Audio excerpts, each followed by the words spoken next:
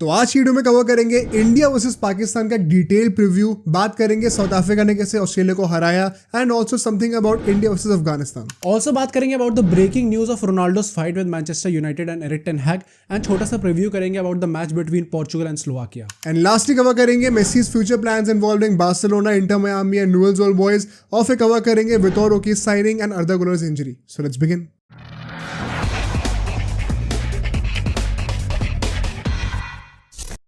तो भाई क्रिकेट और फुटबॉल की दुनिया में काफ़ी कुछ क्रेजी चीज़ें हुई हैं ऑफ लेट, चाहे वो साउथ अफ्रीका की अब्सर्ड विन ओवर ऑस्ट्रेलिया हो, चाहे इंडिया पाकिस्तान का अपकमिंग मैच हो, उससे पहले की एक प्रेजेंटेशन सेरेमनी भी करवा दी गई है, उसके बारे में बातें करनी है हम लोगों को।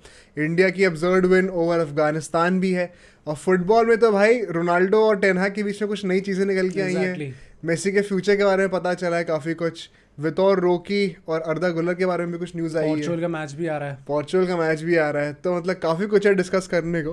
बट क्योंकि वर्ल्ड कप चल रहा है तो स्टार्टिंग करेंगे क्रिकेट से ही, राइट। एंड बात करते हैं साउथ अफ्रीका ऑस्ट्रेलिया की पहले, क्योंकि इसके बाद फिर हम लोग पूरा सेगमेंट इंडिया को डेडिकेट करेंगे फॉर अफगानिस्तान पाकिस्तान जितने भी मैचेस होने वाले हैं।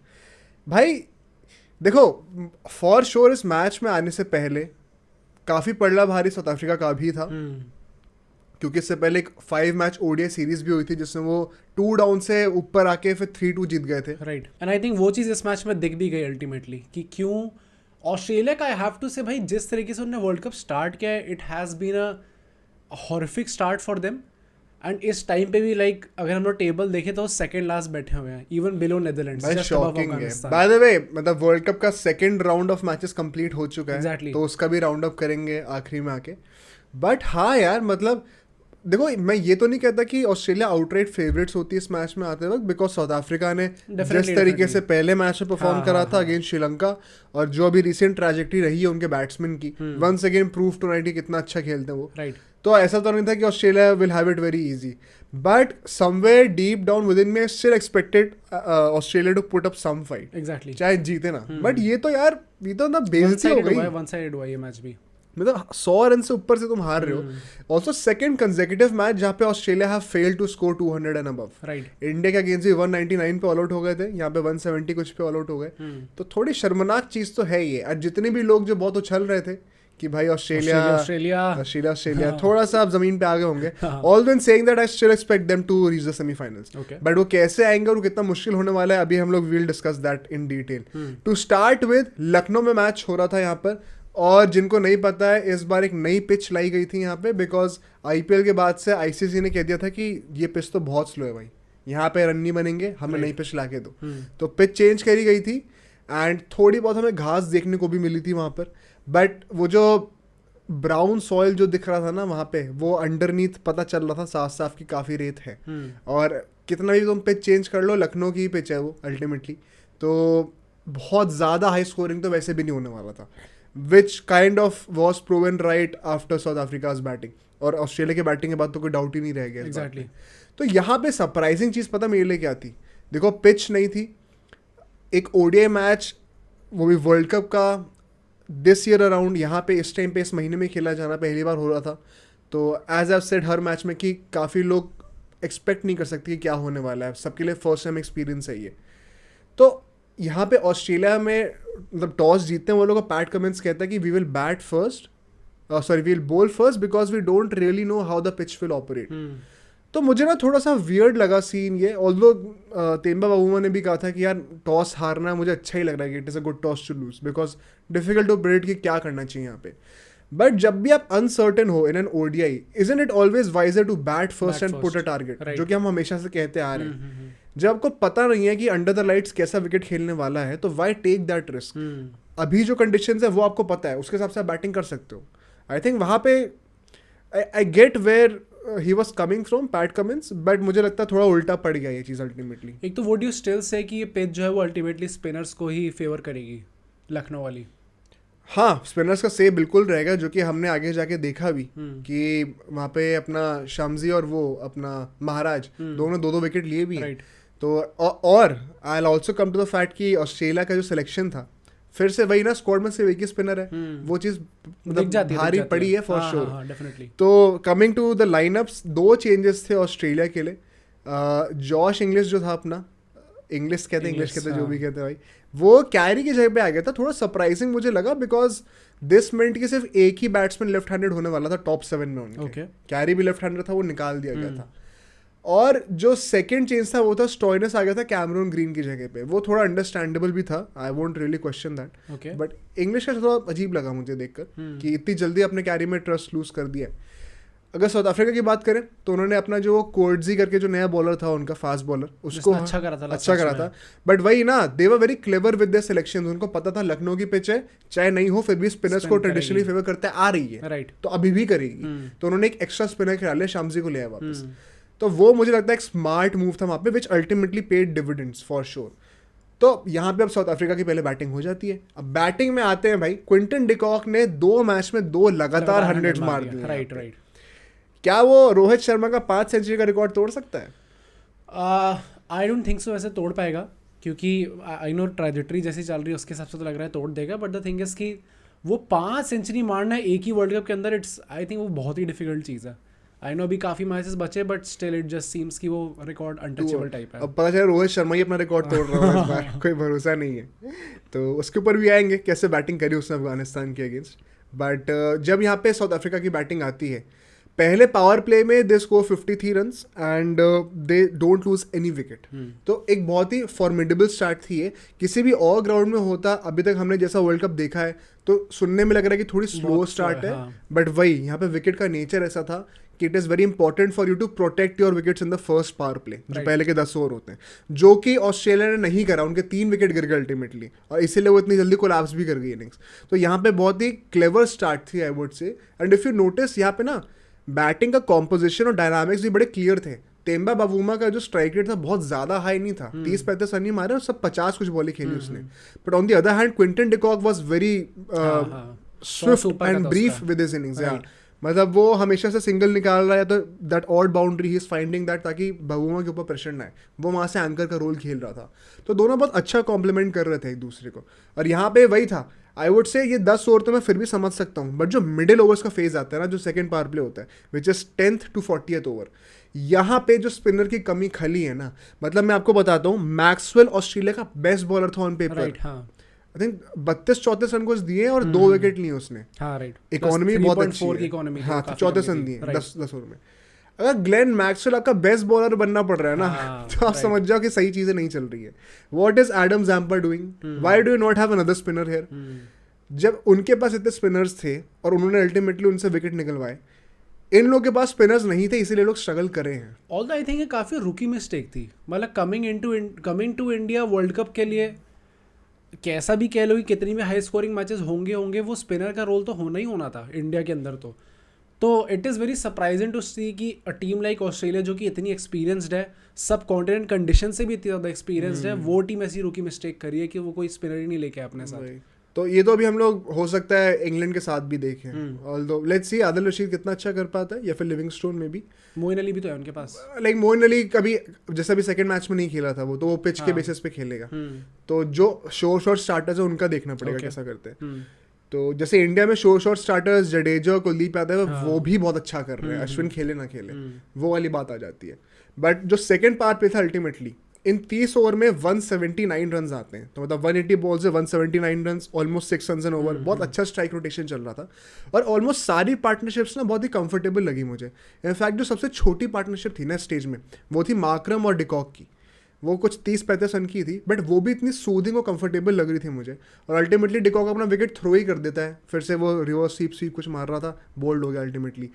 तो यू कैन आर्ग्यू कि डिकॉक ने दोनों मैचेस में अभी तक अपना विकेट थ्रो ही करा है। श्रीलंका वाले मैच में भी थ्रो करा था 100 मारती। तो may be he could look to play a longer innings. But यहाँ पे काउंटर आर्ग्यूमेंट ये है कि साउथ अफ्रीका का मिडिल ऑर्डर इतना स्ट्रॉन्ग है कि उन्हें जरूरत नहीं है कि कोई टॉप ऑर्डर का बैट्समैन एंड तक खेले। जैसी 100 और ये भाई अब गो ऑल आउट। तो I think he is sticking to the plan. You can't really criticise him on that. In fact getting 200s and 2 innings, what more could you ask for? और यहाँ पे मार्करम फिर से 50 मारता है। He also played really well. और एक अच्छी बात ये भी थी, एज आई सेड, कि जो पार्टनरशिप्स थी ना, वो सारी बहुत अच्छे कॉन्ट्रीब्यूशंस की थी और अच्छे रेट पे थी, विच मेंट कि जो बाकी बैट्समैन भी है ना, सबने 25-30 रन 35 रन सबने बनाए।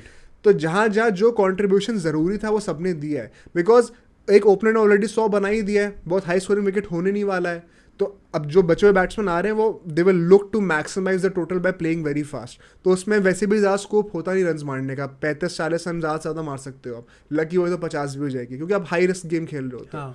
तो इसीलिए मार्करम भी अल्टीमेटली आउट हो गया, वरना he could have also played, you know, he would have also thought कि मैं पूरे 50 ओवर खेलूं, 80-90 रन बना दूं. तो I like the intent, and as per the intent सबका टोटल मुझे अच्छा लगा, कोई नो कंप्लेंट्स एज सच. और इसी के चलते हुए हर फेज में ना, जो 40 ओवर तक अगर मैं 10-10 ओवर में डिवाइड कर दूं तो 4 फेज हुए.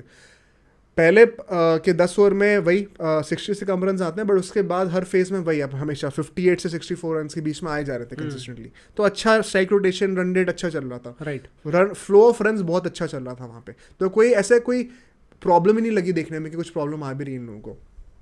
As far as the last 10 overs are concerned, यहाँ पे 79 रन आते हैं, और पता है लोगों का परसेप्शन ऐसा था कि साउथ अफ्रीका ने कम रन मार दिए. मुझे भी ये थोड़ा ऐसा ही लगा था कि 311 रन बनाए टोटल में, बट क्या could they have done more. वही, क्योंकि उनकी बैटिंग से एक्सपेक्टेशंस इतनी ज्यादा है. इनफैक्ट लास्ट ओवर में hats off to Stark once again, Mitchell Stark, सिर्फ एक ही रन आता है उस ओवर में, और डेविड मिलर को बोल्ड करता है वो. Right.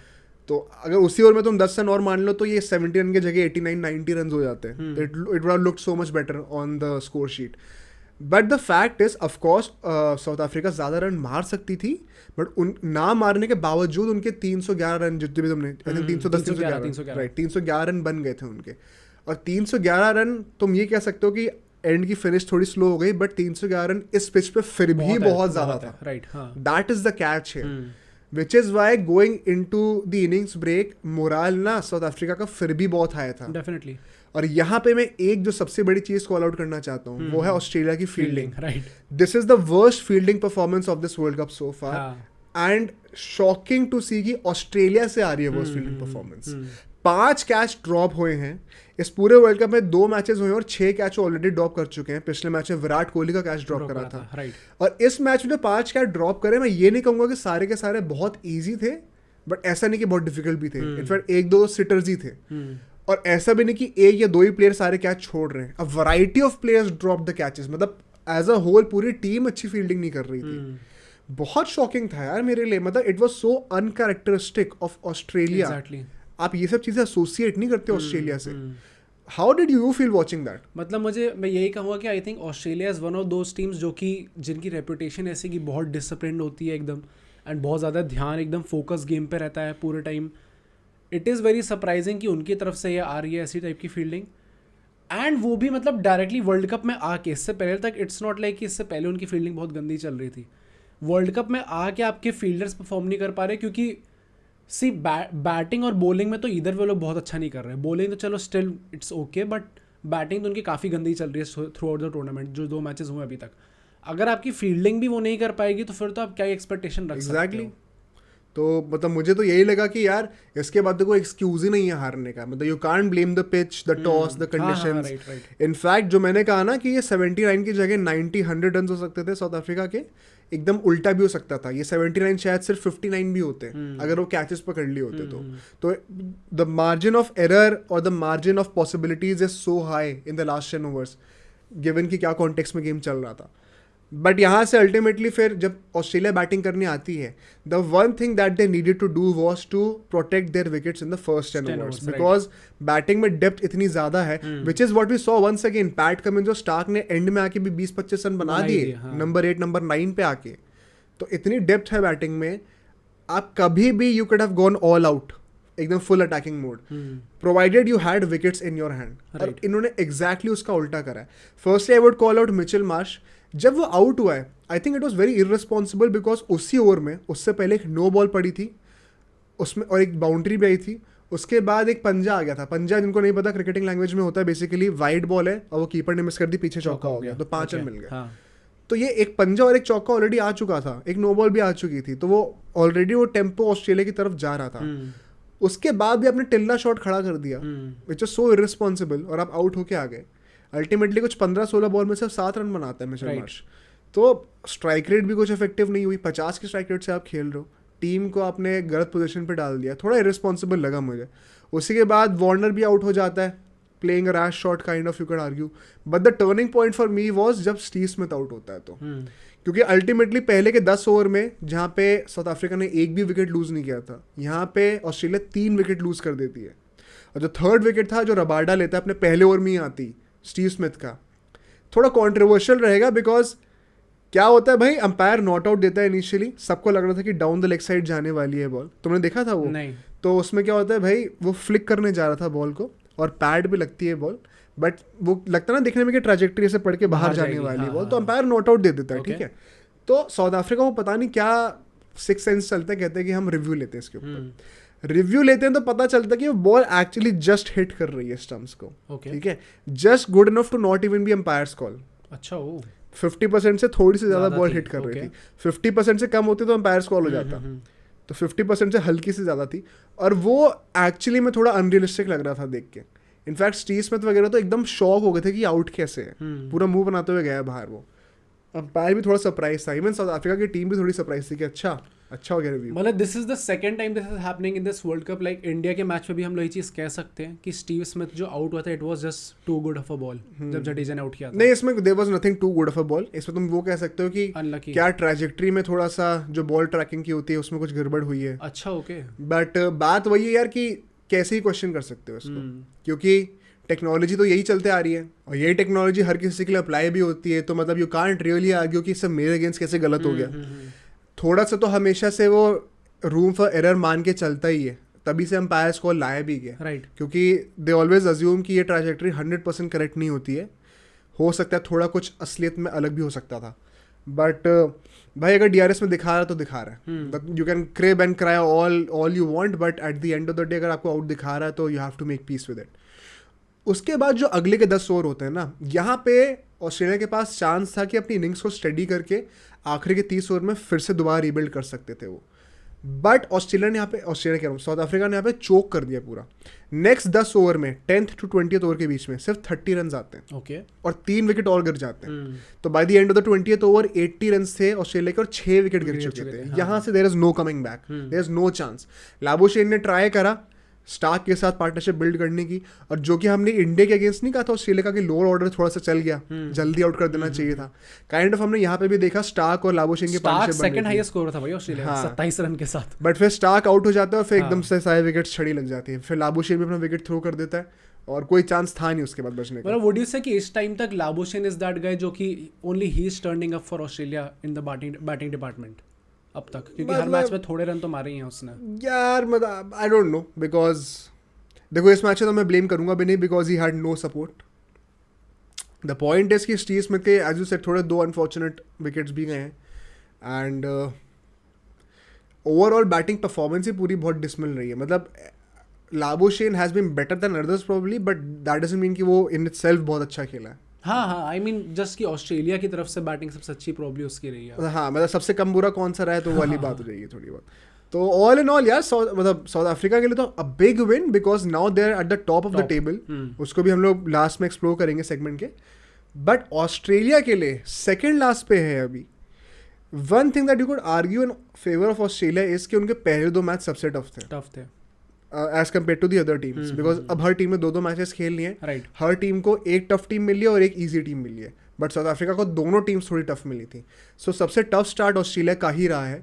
But in saying that अगर आप वर्ल्ड चैंपियंस हो और if you wish to contend for the finals, you don't really have an excuse at least against South Africa. I think India का फिर भी एक्सक्यूजेबल था, बट साउथ अफ्रीका का आपको चेस करना चाहिए था ये. एंड इसी के चलते हुए द प्रॉब्लम इज कि अब 7 मैचेस बचे हैं ऑस्ट्रेलिया के 9 में से, और अब इन 7 में से इनको 6 मैचेस जीतने पड़ेंगे मोस्ट लाइकली टू क्वालिफाई. और तब भी शायद रन रेट का क्वेश्चन आ सकता है बिकॉज यूजुअली आपको 6 मैचेस जीतने पड़ते हैं 9 में से क्वालिफाई करने के लिए. एंड अभी इनके पाकिस्तान, इंग्लैंड, न्यूजीलैंड वाले मैचेस सबसे मैच बचा है. तो अब इन तीनों में से आप सिर्फ एक ही मैच हारना अफोर्ड कर सकते हैं. राइट. प्रोवाइडेड कि आप श्रीलंका, बांग्लादेश, अफगानिस्तान, नीदरलैंड सबसे जीत जाओगे, वहाँ पे कोई अपसेट ना हो. तो अब बहुत ट्रिकी स्पॉट पे आ गए, which is why it is very important to start on a good note. क्योंकि फॉर एग्जाम्पल मान लो भी इंडिया पाकिस्तान और बांग्लादेश को भी हरा देती है, तो बेसिकली उन्हें सिर्फ 2 या 3 मैच ही और जीतने हैं आखिरी के जो सेकंड हाफ होने वाला टूर्नामेंट का. बहुत ईजी हो जाएगा उनके लिए. तो Australia can we see an upset this time not qualifying? I think हो सकता है एक्चुअली में, although I would still give them a chance, क्योंकि जो भी है वो ऑस्ट्रेलिया तो है ही वो. बट स्टिल आई थिंक कि जिस तरीके से उनका स्टार्ट हुआ है, एंड अभी एज यू राइटली सेड कि अभी एक 7 में से 6 मैच तो जीतने ही पड़ेंगे, एंड इंग्लैंड से बचा है, पाकिस्तान से बचा है, न्यूजीलैंड से बचा है. आई डोंट थिंक ये तीनों मैचेस वो जीतने वाला. आई थिंक एक ना एक मैच में तो हारेंगे ही हारेंगे. तो हो सकता है भाई upset. There is a genuine chance. वैसे अगर एक और मैच भी हारते हैं तो मोस्ट लाइकली टॉप 2 में तो फिनिश नहीं करेंगे. हाँ, वो वाली बात भी हो जाएगी. Right. So interesting to see कि कौन टॉप 2 फिनिश करेगा अल्टीमेटली. बट ठीक है यार, इससे मूव ऑन करते हैं और अब इंडिया पे फोकस करते हैं. सबसे पहले तो थोड़ी सी बातें कर लेते हैं अफगानिस्तान वाले मैच की, बिकॉज उससे हम कुछ पॉजिटिव्स उठा के पाकिस्तान वाले मैच के जो प्रीव्यू बनाने वाले हैं उसमें यूज़ करेंगे. So just to add some more context and celebrate our second victory. पहली बात तो दिल्ली में मैच था भाई, हम देखने नहीं जा पाए, बट क्या एटमॉस्फेयर था भाई. राइट. इतना रिग्रेट हो रहा था मुझे कि काश हम देख पाते, बिकॉज चल भी तो गया फिर. रोहित शर्मा ने चल, और भाई जब रोहित शर्मा चल रहा होता है ना, हाँ. It's the most beautiful thing to watch, because इतना क्लीन हिटिंग कर रहा है. एंड आई रिमेंबर पहला ओवर जो था इंडिया का, उसमें आई नो हम सेकेंड इनिंग्स पे जंप कर रहे हैं, I jump back towards the first innings as well अभी, but just for some context, पहले ओवर की पहली बॉल पे रोहित शर्मा सिंगल लेता है, फिर 5 डिलीवरीज डॉट करता है ईशान किशन, तो इफेक्टिवली पहले ओवर में एक ही रन था. And bye the end of the 10th over 80-90 run बन चुके थे. तो ऑलमोस्ट 10 रन पर ओवर से वो मार रहा था उसके बाद. और जो हिटिंग करी उसने, क्राउड के हर स्टैंड को एंटरटेन करा उसने बॉल मार के. नहीं, वो था भी उस टाइम पे ऐसा कि रोहित शर्मा ही मेनली स्ट्राइक पे था through out the 10 overs. I remember how पहले के 10 ओवर में जो 80-90 रन थे उसमें 70 रन कुछ रोहित शर्मा की था. उसने कुछ शायद 40 बॉल खेली थी, वैराज ईशान किशन ने शायद 13-14 बॉल ही खेली थी उस टाइम पे. तो पूरा टाइम स्ट्राइक जो थी रोहित शर्मा ने ले रखी थी उस टाइम पे, मतलब अकेली पूरा गेम खत्म ही कर दिया था पूरा. बट अगर मैं यहाँ पे थोड़ी स्टार्टिंग से बात करते हैं जल्दी से, वो we won't spend much time on this one. मुझे ऐसा लगता है फर्स्टली तो एक जो गलती करी अफगानिस्तान ने, यार बॉलिंग का अगर मैं कहूँ ना, मतलब नवीन उल हक की हम बात करते हैं, very famous guy in India. Naveen ul Haq number 9 पे बैटिंग करने आया था. तो इनकी बैटिंग डेप्थ ना ऑस्ट्रेलिया इंग्लैंड के लेवल की थी, but kind of compromise on their bowling department. I feel they should have had more bowlers, more front line bowlers. वहाँ पे मुझे लगा कि कहाँ क्या ये मात खा गए, बिकॉज दिल्ली में आप खेल रहे हो, the most sporty wicket so far, उसमें इंडिया बैटिंग कर रही है, तो आपको क्या बॉलर की जरूरत नहीं पड़ेगी, या फिर आपको लग रहा है कि हम एक्स्ट्रा बैट्समैन खिला के इंडिया को आउटस्कोर कर देंगे. तो थोड़ा सा मुझे वियर्ड स्ट्रैटेजी लगी. राइट. और यहाँ पे ना, मतलब I won't go over the motion of all the phases and overs. थोड़ा सा राउंड अप में अगर हम लोग बात करें, स्टैंडर्ड परफॉर्मर्स इंडिया की बॉलिंग में से तुम्हारे लिए कौन होंगे, तुम्हें क्या लगता है? आई थिंक बुमराह होगा डेफिनेटली. 4 विकेट ले लिए उसने, ऑब्वियस था उसका होना. एक जो कंसर्निंग चीज मेरे को लगेगी, आई डोंट थिंक सिराज इस गेम में अच्छा था. ना विकेट लेता है बंदा, प्लस कुछ 8 की इकोनॉमी से रन देता है. इनफैक्ट सिराज का पहला मैच भी बहुत अच्छा नहीं गया था. हाँ, राइट. तो coming into this World cup, I think हमारा बेस्ट बॉलर सिराज ही था उस टाइम पे. एंड स्टार्ट उसका वर्ल्ड कप बहुत अच्छे नोट पे नहीं हुआ है. बुमराह ने भी 4 विकेट ले लिए अल्टीमेटली. बाकी अश्विन, जडेजा, कुलदीप यादव, इन तीनों का अच्छा ही गया था लास्ट मैच भी. तो आई थिंक एक वो कंसर्निंग फैक्टर है. ऑल्दो आई स्टिल थिंक कि वो इट्स जस्ट कि वो पहले 2 मैचेस नहीं हुए, वो आ जाएगा अल्टीमेटली फॉर्म में. एंड बैटिंग से तो वी ऑल नो, बट मुझे ऐसा लगता है कि 270, 272, 274 समथिंग जो बनाए थे अफगानिस्तान ने, क्या ये अल्टीमेटली थोड़े ज़्यादा रन बना दिए थे? नहीं भाई, ये तो ना I don't understand why people are entertaining this notion कि अफगानिस्तान ने ज़्यादा बना दिए. May be because this saw कि बांग्लादेश ने उनको ऑल आउट कर दिया था थोड़ा सा कम रन पे. मतलब फैक्ट इसकी दिल्ली में जिस तरीके की विकेट थी ना, 400 रन बन सकते थे. Okay. I can place my bets on this. अगर इंडिया की पहले बैटिंग होती ना, 400 रन बनते. Definitely. You were scoring at almost 10 runs an over भाई. There is no reason why you could not have scored 400 runs. In fact, maybe we could have seen a Rohit Sharma double 100 also. Who knows? मतलब एक और चीज़ मैं ये कहूँगा कि क्या इस मैच में हम लोग को, जैसे 2 चीज़ें हैं बेसिकली. एक तो क्या इसमें अश्विन को स्टार्ट कराना चाहिए था फर्स्ट, एंड सेकंड इसकी क्या हमें शामी को स्टार्ट कराना चाहिए था. क्योंकि ये चीज़ हमने अपनी उस पॉडकास्ट पे भी डिस्कस की थी जिसमें हम सोच रहे थे कि क्या लाइनअप किस मैच में खिलाना चाहिए. उसमें हमने ये कहा था कि Afghanistan is obviously not that kind of a team जहाँ पे हमें बैटिंग डेप्थ की बहुत रिक्वायरमेंट मिलने वाली है. तो क्या हमें शामी को स्टार्ट करा के एक proper attacking approach sort of कि हम लोग बोल्ड आउट कर देंगे जल्दी, इन्हें थोड़े कम टोटल पे ही बोल आउट कर देंगे, क्या हमें उस अप्रोच से नहीं जाना चाहिए था? यार मेरा व्यू पॉइंट इस पर यही है. देखो, इस पर हमने काफ़ी डिस्कशंस करे हैं काफ़ी सारे चैनल्स पे, एंड आई थिंक इसमें कोई सही और गलत ओपिनियन नहीं है, सबका अपना अपना मेरिट है. मेरा ओपिनियन इसमें ये है कि भाई रोहित शर्मा सबसे पहले जब रोटेशन करेगा प्लेयर्स का तो उनको प्रेफरेंस देगा जो कि जस्ट नेक्स्ट वाले कंटेंशन में आने के। शामी आई थिंक अभी लास्ट में आता है उस चीज में। शामी स्काई ये दोनों 2-3 लोग हैं ना, ये लास्ट में आते हैं। अश्विन शार्दुल ठाकुर पहले हैं उनसे लाइन में to have one change in the lineup, तो सबसे पहले उन्हीं को चांस देगा रोटेशन करा के। And also notice how Shardul Thakur did not have a bad game at all. Obviously हाँ, विकेट भी लिया, was more economical then Hardik Pandya. अच्छा कैच ही पकड़ा, इनफैक्ट उसको वो फील्डर ऑफ द टूर्नामेंट कह रहा हूँ, फील्डर ऑफ द मैच उसको मिला है। कोहली को पहले मैच में मिला था, सेकंड मैच में शार्दुल ठाकुर को मिला है। I think he did what he could भाई, मतलब जो भी अच्छा करा उसने सब बढ़िया ही निकला वहाँ पे। राइट। तो शार्दुल ठाकुर को कुछ कमी नहीं है, कुछ ब्लेम नहीं कर सकते। हाँ, मैं in an ideal world would have loved to see Ashwin, because Ashwin मुझे लगता है कि he is that kind of a guy that you could start in every game, okay, and he would be just as effective as Shardul Thakur on a pacy wicket if not more, because he knows how to contain runs if not to take wickets.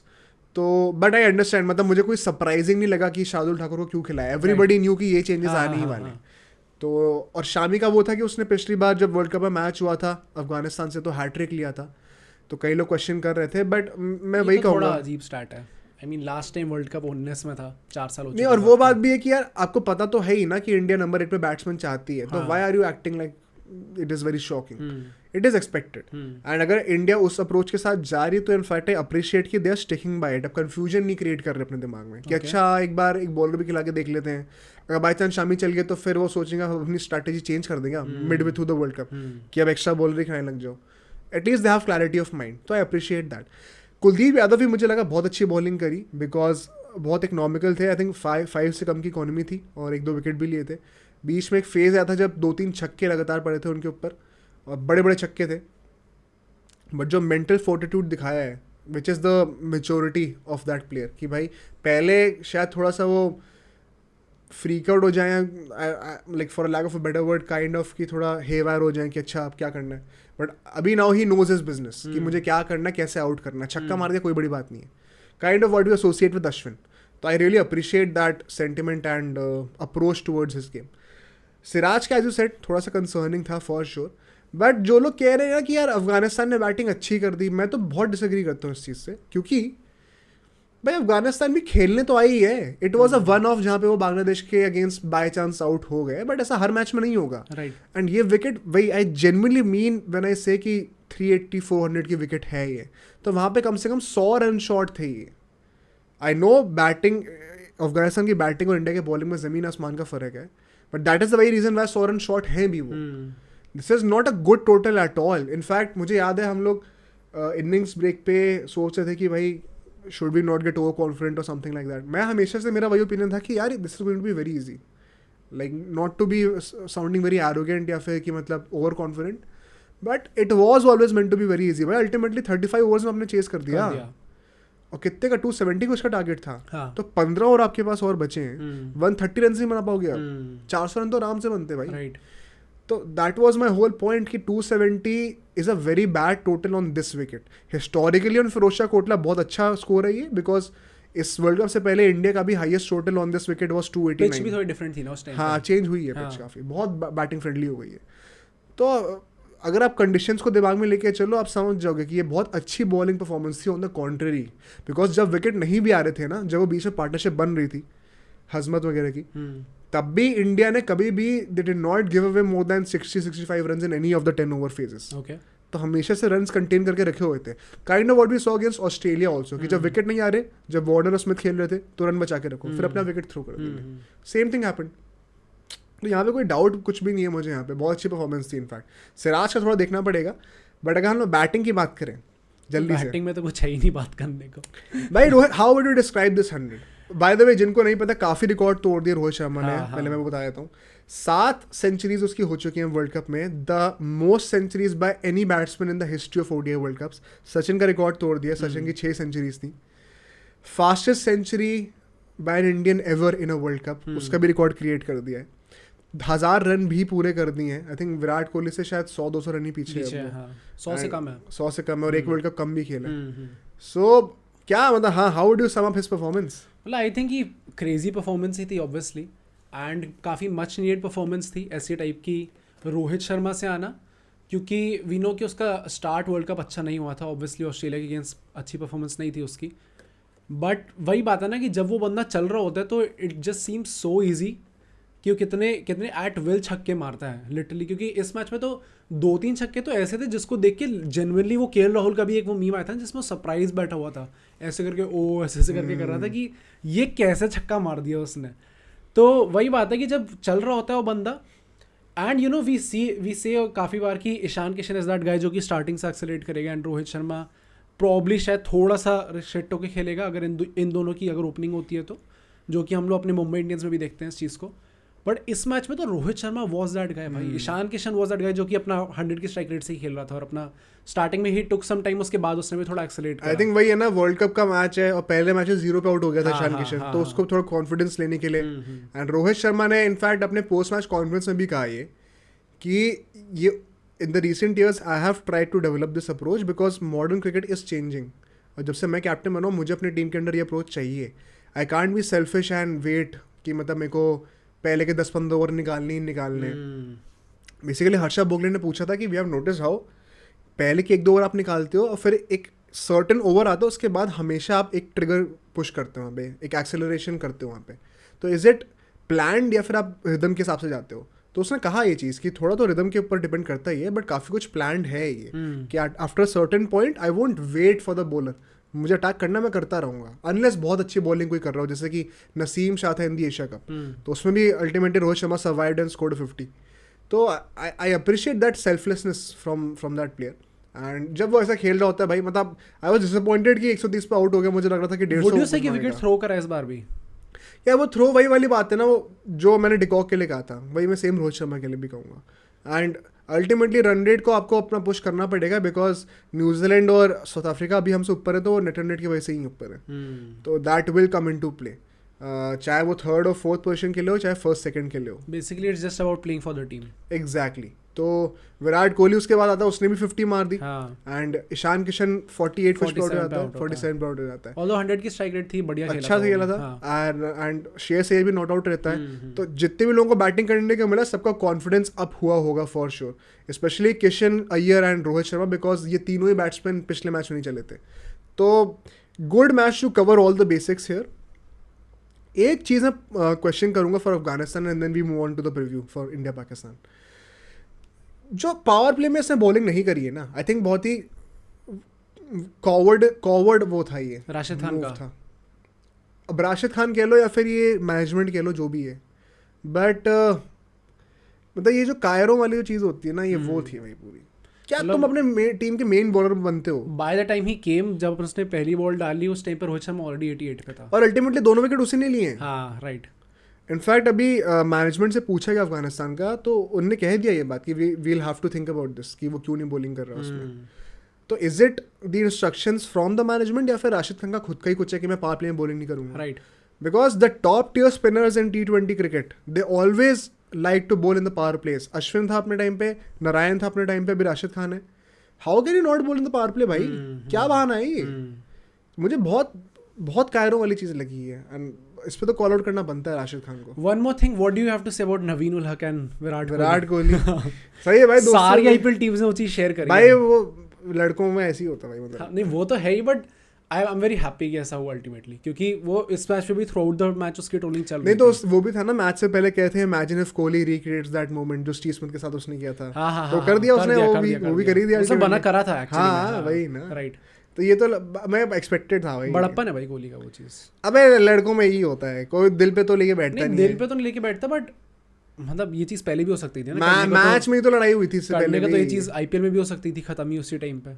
उसके बाद I think match ही नहीं हुआ ना, और it was still fresh, the wound was still fresh, अब time हो गया उस चीज को, एंड काफी हिट मिल ही रहा है नवीन उल हक को जबरदस्ती का। अब नहीं मिलेगा, आई डोंट थिंक सो मिलेगा। I mean you never know भाई, बट एक्सपेक्टेड सीन्स मेरे लिए एक्सपेक्टेड था काइंड ऑफ। मैं I would have been weird out अगर अभी भी लड़ाई कर रहा होता विराट कोहली, तो मुझे लगता है थोड़ा immature. It was not about Virat Kohli, मुझे लगता है कि वो नवीन उल हक खुद आया था ना उसके पास ultimately. I don't think Virat Kohli खुद जाता है ऐसे करने कुछ, क्योंकि ऑफ कोर्स वो खुद क्यों जाएगा भाई, दिल्ली में खेल रहा है और अपना, तभी तो मैं कह रहा हूँ ये चीज़ की बड़ा प्लेयर है। द फैक्ट कि नवीन उल हक ने आके कुछ खुद अपोलोजाइज करा है, जो भी करा, कि उसने शायद ऐसे करा था, लेट्स सेंड दिस, कुछ ऐसे करके करा था, उसके बाद से इट वाज ऑब्वियस कि विराट कोहली उस चीज़ को दिल पे लेके थोड़ी बैठने वाला था। मतलब good move, good gesture by both of them, तो appreciate that. But now let's move on to the big game, India versus Pakistan, जिसका वेट सब लोग करते आ रहे हैं. इस बिग गेम के ओकेजन को मार्क करने के लिए बीसीसीआई ने ऐसा कुछ करा है, हाँ. जो कि सबसे पहले डिस्कस करना बनता है. Hmm. Then we will move on to the conditions, history, playing 11, सब डिस्कस करते हैं, प्रेडिक्शन. बट जिनको नहीं पता अभी तक बता दूं, कल जो है 12:30 से लेके आई थिंक 1:30 बजे तक, जब तक टॉस नहीं होता, एक काइंड ऑफ ओपनिंग सेरेमनी होगी, जिसमें कई सारे सिंगर्स आ रहे हैं. अरिजीत सिंह आ रहा है, और भी 2-3 आ रहे हैं, लेजेंड्स आ रहे हैं काफ़ी. वो गाना वाना गाएंगे, पूरा कॉन्सर्ट होगा वहाँ पे, पूरा लाइट शो होगा, एमेजोमिंग, पटाखे वटाखे फटेंगे. Why this event before India versus Pakistan when it is a world Cup game? I highly criticise BCCI on this. मुझे लगता है कि ये बहुत बेशर्मों वाली हरकतें करी हैं इन लोगों ने. आपने वर्ल्ड कप के लिए ओपनिंग सेरेमनी नहीं कराई. एक तो इंडिया का पहला मैच भी नहीं कराया. The only way left was to create some hype, was to have an opening ceremony. वो आपने करा नहीं. उसके बाद क्या एलिगेशंस लगते हैं, ब्लैक मार्केटिंग चल रही है टिकट्स की, स्टेडियम में कुछ सीटें खाली देखने को मिलती हैं, ऑल दो बिका हुआ सब है ऑन पेपर. तो ये जो मिसमैनेजमेंट चल रही है ना यहाँ पे, बीसीसीआई को किसी ना किसी को तो कॉल आउट करना पड़ेगा. और इंडिया पाकिस्तान के लिए स्पेसिफिकली अलग से क्यों सेरेमनी हो रही है? आज तक कभी भी ये नहीं हुआ किसी वर्ल्ड कप में. एक तो this is so disrespectful to the other teams. हाँ. एक तो वो वर्ल्ड कप खेलने आई हैं, ओपनिंग सेरेमनी क्यों नहीं कराई? सेकेंडली आई वुड से कि cricket as a sport, BCCI की वजह से ये चीज़ जो डायरेक्शन में जा रही है, द थिंग इज कि अगर आप सिर्फ इंडिया वर्सेस पाकिस्तान के लिए सेरेमनी कराते और वर्ल्ड कप के लिए सेरेमनी नहीं कराते, मैं एक चीज़ और समझ सकता था कि अगर मतलब वो चीज़ भी वैसे गलत होती, बट इन प्रिंसिपल इससे बेटर होती कि ओपनिंग सेरेमनी भी करा देते और इंडिया पाकिस्तान के लिए भी करा देते. Although that would also be wrong. Obviously that would also be wrong, but मुझे ऐसा लगता है कि ये जो चीज़ अभी इनने करी है, सिग्नल ये जा रहा है बेसिकली कि ये वर्ल्ड कप से बड़ी चीज़ ये है कि इंडिया पाकिस्तान का मैच हो रहा है. राइट. भाई बाकी टीम्स भी खेलने आई हैं, आपके देश में खेलने आई है, थोड़ी तो रिस्पेक्ट दिखाओ इस चीज़ को लेके. पहली बात तो इंडिया वर्सेस पाकिस्तान के लिए हो रहा है, अंडरस्टैंड क्यों हो रहा है, बट द थिंग इज कि this is not bigger than the world cup itself. Ultimately world cup के अंदर ये दो टीम्स खेल रही हैं. तो आई थिंक ओपनिंग सेरेमनी जो नहीं हुई थी वो तो मस्ट था, वो तो होनी चाहिए थी, हर जगह होती है वो चीज़. तो उस चीज़ को लेके मैं काफ़ी दुखी था, बट जब ये चीज़ हो गई तो I think it just crossed all boundaries. मतलब यार यहाँ पे how do you justify this? Exactly. और एक चीज़ मैं यहाँ पे पता है, आई would like two point out, not that I am sure about this, but just thought, अगर कोई listener if you know about this, please let us know in the comments. अभी तक जो पिचेस वगैरह का सीन होता है, वेन्यूज़ का होता है, सब कुछ में आईसीसी का इन्वॉल्वमेंट होता है, राइट? इज इट सो कि इसमें भी आईसीसी का इन्वॉल्वमेंट है? Are we wrong in blaming just the BCCI? May be ICC ने भी कहा हो ये चीज़, because I can't imagine BCCI holding this kind of an event midway through the World Cup without ICC's approval. एक तो मुझे लगता है अगर आईसीसी की तरफ से तो इट्स इवन वर्स. बेसिकली आपकी जो जो पूरे क्रिकेट की ऑर्गेनाइजेशन है वो ये चीज़ करा रही है, वही ना. तो वो और गंदी चीज़ है. क्योंकि अगर बीसीसीआई की तरफ से होता है तो कहीं ना कहीं सबको समझ में आती है वो चीज़, बट अगर आईसीसी वही चीज़ करा रहा है तो मतलब चाहे वो चीज़ आपके लिए प्रॉफिटेबल हो या ना हो, एज अ स्पोर्टिंग ऑर्गेनाइजेशन आपको एक एग्जाम्पल तो सेट करना ही पड़ता है ना, चाहे वो चीज़ आपको लॉस में भी भेज रही है. It is kind of hard to imagine कि बीसीसीआई अपने खुद की मर्जी पे अकेली करा रही है बिना परमिशन के. कुछ परमिशन तो रही होगी आईसीसी से, और अगर है तो ICC is an equal culprit in this. Right. Equal blame should be imposed on the ICC, not just the BCCI. तो all in all I think a very bad idea. Of course वो ambience है, 1,20,30,000 लोग होंगे, it makes all the sense monetarily कि भाई आप लाओ और पैसे निकालो इनसे, समझ में आता है, पूरा माहौल ही बहुत अच्छा होगा, आई एम श्योर, बहुत मज़ा भी आएगा. बट इन प्रिंसिपल ये चीज़ बहुत गलत है. राइट. और आपको कभी भी ऐसा कुछ नहीं करना चाहिए. इमेजिन इंडिया जो है किसी और कंट्री में खेलने गई है, मान लो इंग्लैंड में गई थी पिछली बार, इंग्लैंड जो है अपना इंग्लैंड ऑस्ट्रेलिया के मैच से पहले करा रही है. राइट. हमें कितना अजीब लगता भाई, हम यहाँ पे घास चलने थोड़ी आए, इतनी बड़ी टीम है. तो आई थिंक बहुत डिसरिस्पेक्टफुल तो है ही फॉर श्योर. बट ठीक है, जो भी है, अब मैच की बात कर लेते हैं. सबसे पहली बात तो हम करेंगे टॉस और कंडीशंस की, बिकॉज वहीं से शुरू होगी बातें. उसके बाद थोड़ा हिस्टोरिकल कॉन्टेक्स्ट दे देंगे कि इस ग्राउंड में क्या रहा है अभी तक. ठीक है, देखो भाई, यहाँ पे अभी तक जब तक वर्ल्ड कप शुरू नहीं हुआ था, थोड़ा सा ये विकेट डाइसी सा लगता था, इन द सेंस कि बहुत ज़्यादा हाई स्कोर आप एक्सपेक्ट नहीं कर सकते यहाँ पे. ऑफकोर्स बैट स्टार्टिंग में बॉल जो है बैट पे अच्छे से आएगी स्टार्टिंग में, बट फिर स्पिनर्स के लिए बॉल ग्रिप भी करेगी, पेसर्स को थोड़ा बाउंस भी मिलेगा, तो ऐसा नहीं है कि it is an all out beauty, a belter for all the batsmen. In fact अगर मैं आपको बताऊं तो यहाँ पे जो एवरेज टोटल है फर्स्ट इनिंग्स का मोटेरा में, वो 238 का ही है सिर्फ. ओके. और average first innings winning total जो है, कि आपने फर्स्ट इनिंग्स में बैटिंग करी और आप जीत गए मैच, तो ऑन एन एवरेज 250-255 के बीच में ही पड़ता है. Very contrary to the tournament so far, right. Right. अब यहाँ पे ट्विस्ट क्या है? ट्विस्ट ये है कि आईपीएल जब एंड हो रहा था ना, तब से हमने देखना शुरू किया था, और अभी भी जो पिच पे काम हुआ है through ICC, now the wicket is an absolute beauty. In fact जो पहला मैच हुआ है, that is the biggest example of this. England ने कुछ 280-290 रन बनाए थे. बटलर कहता है कि हम कम से कम 330 टारगेट कर रहे थे यहाँ पे. और फिर सेकेंड इनिंग्स में जिस तरीके से न्यूजीलैंड ने बैटिंग करी, 350 भी कम लग रहा था देखकर. तो इट इज़ वेरी क्लियर कि विकेट जो है काइंड ऑफ एक हाई स्कोरिंग विकेट में बदल चुकी है ऑफ लेट. तो बात अब यहाँ पे आती है कि यार हम लोग टॉस जीतें तो क्या करें, बिकॉज हाई प्रेशर मैच है. हाई प्रेशर मैच में जब ओडीआई खेल रहे होते हो आप, always the wise decision is to bat first and put runs on the board, right. और आई थिंक अगर विकेट के बारे में हमें ज़्यादा नहीं पता होता तो हम लोग प्रॉब्ली यही कह रहे होते हैं. बट यहाँ पे दो फैक्टर्स हैं जो मुझे लगता है इंडिया को टेम्प्ट कर सकते हैं चेस करने में, ठीक है. पहली बात तो जो मैंने ये बोला कि पिच जिस टाइप की होते जा रही है, बैटिंग फ्रेंडली काफ़ी है. पाकिस्तान का ऑफ लेट हम देख रहे हैं कि बॉलिंग से ज़्यादा बैटिंग चल रही है फॉर सम रीज़न, ठीक है. जो अभी पिछला मैच जीते वो भी चेस करते हुए जीते हैं, जो कि बड़ा मैच था. पहला मैच तो नीदरलैंड से था. तो I think you might want to make them bat first, और फिर उनकी जो वीकर चीज़ है वो सेकेंड इनिंग्स में एक्सप्लॉइट करो.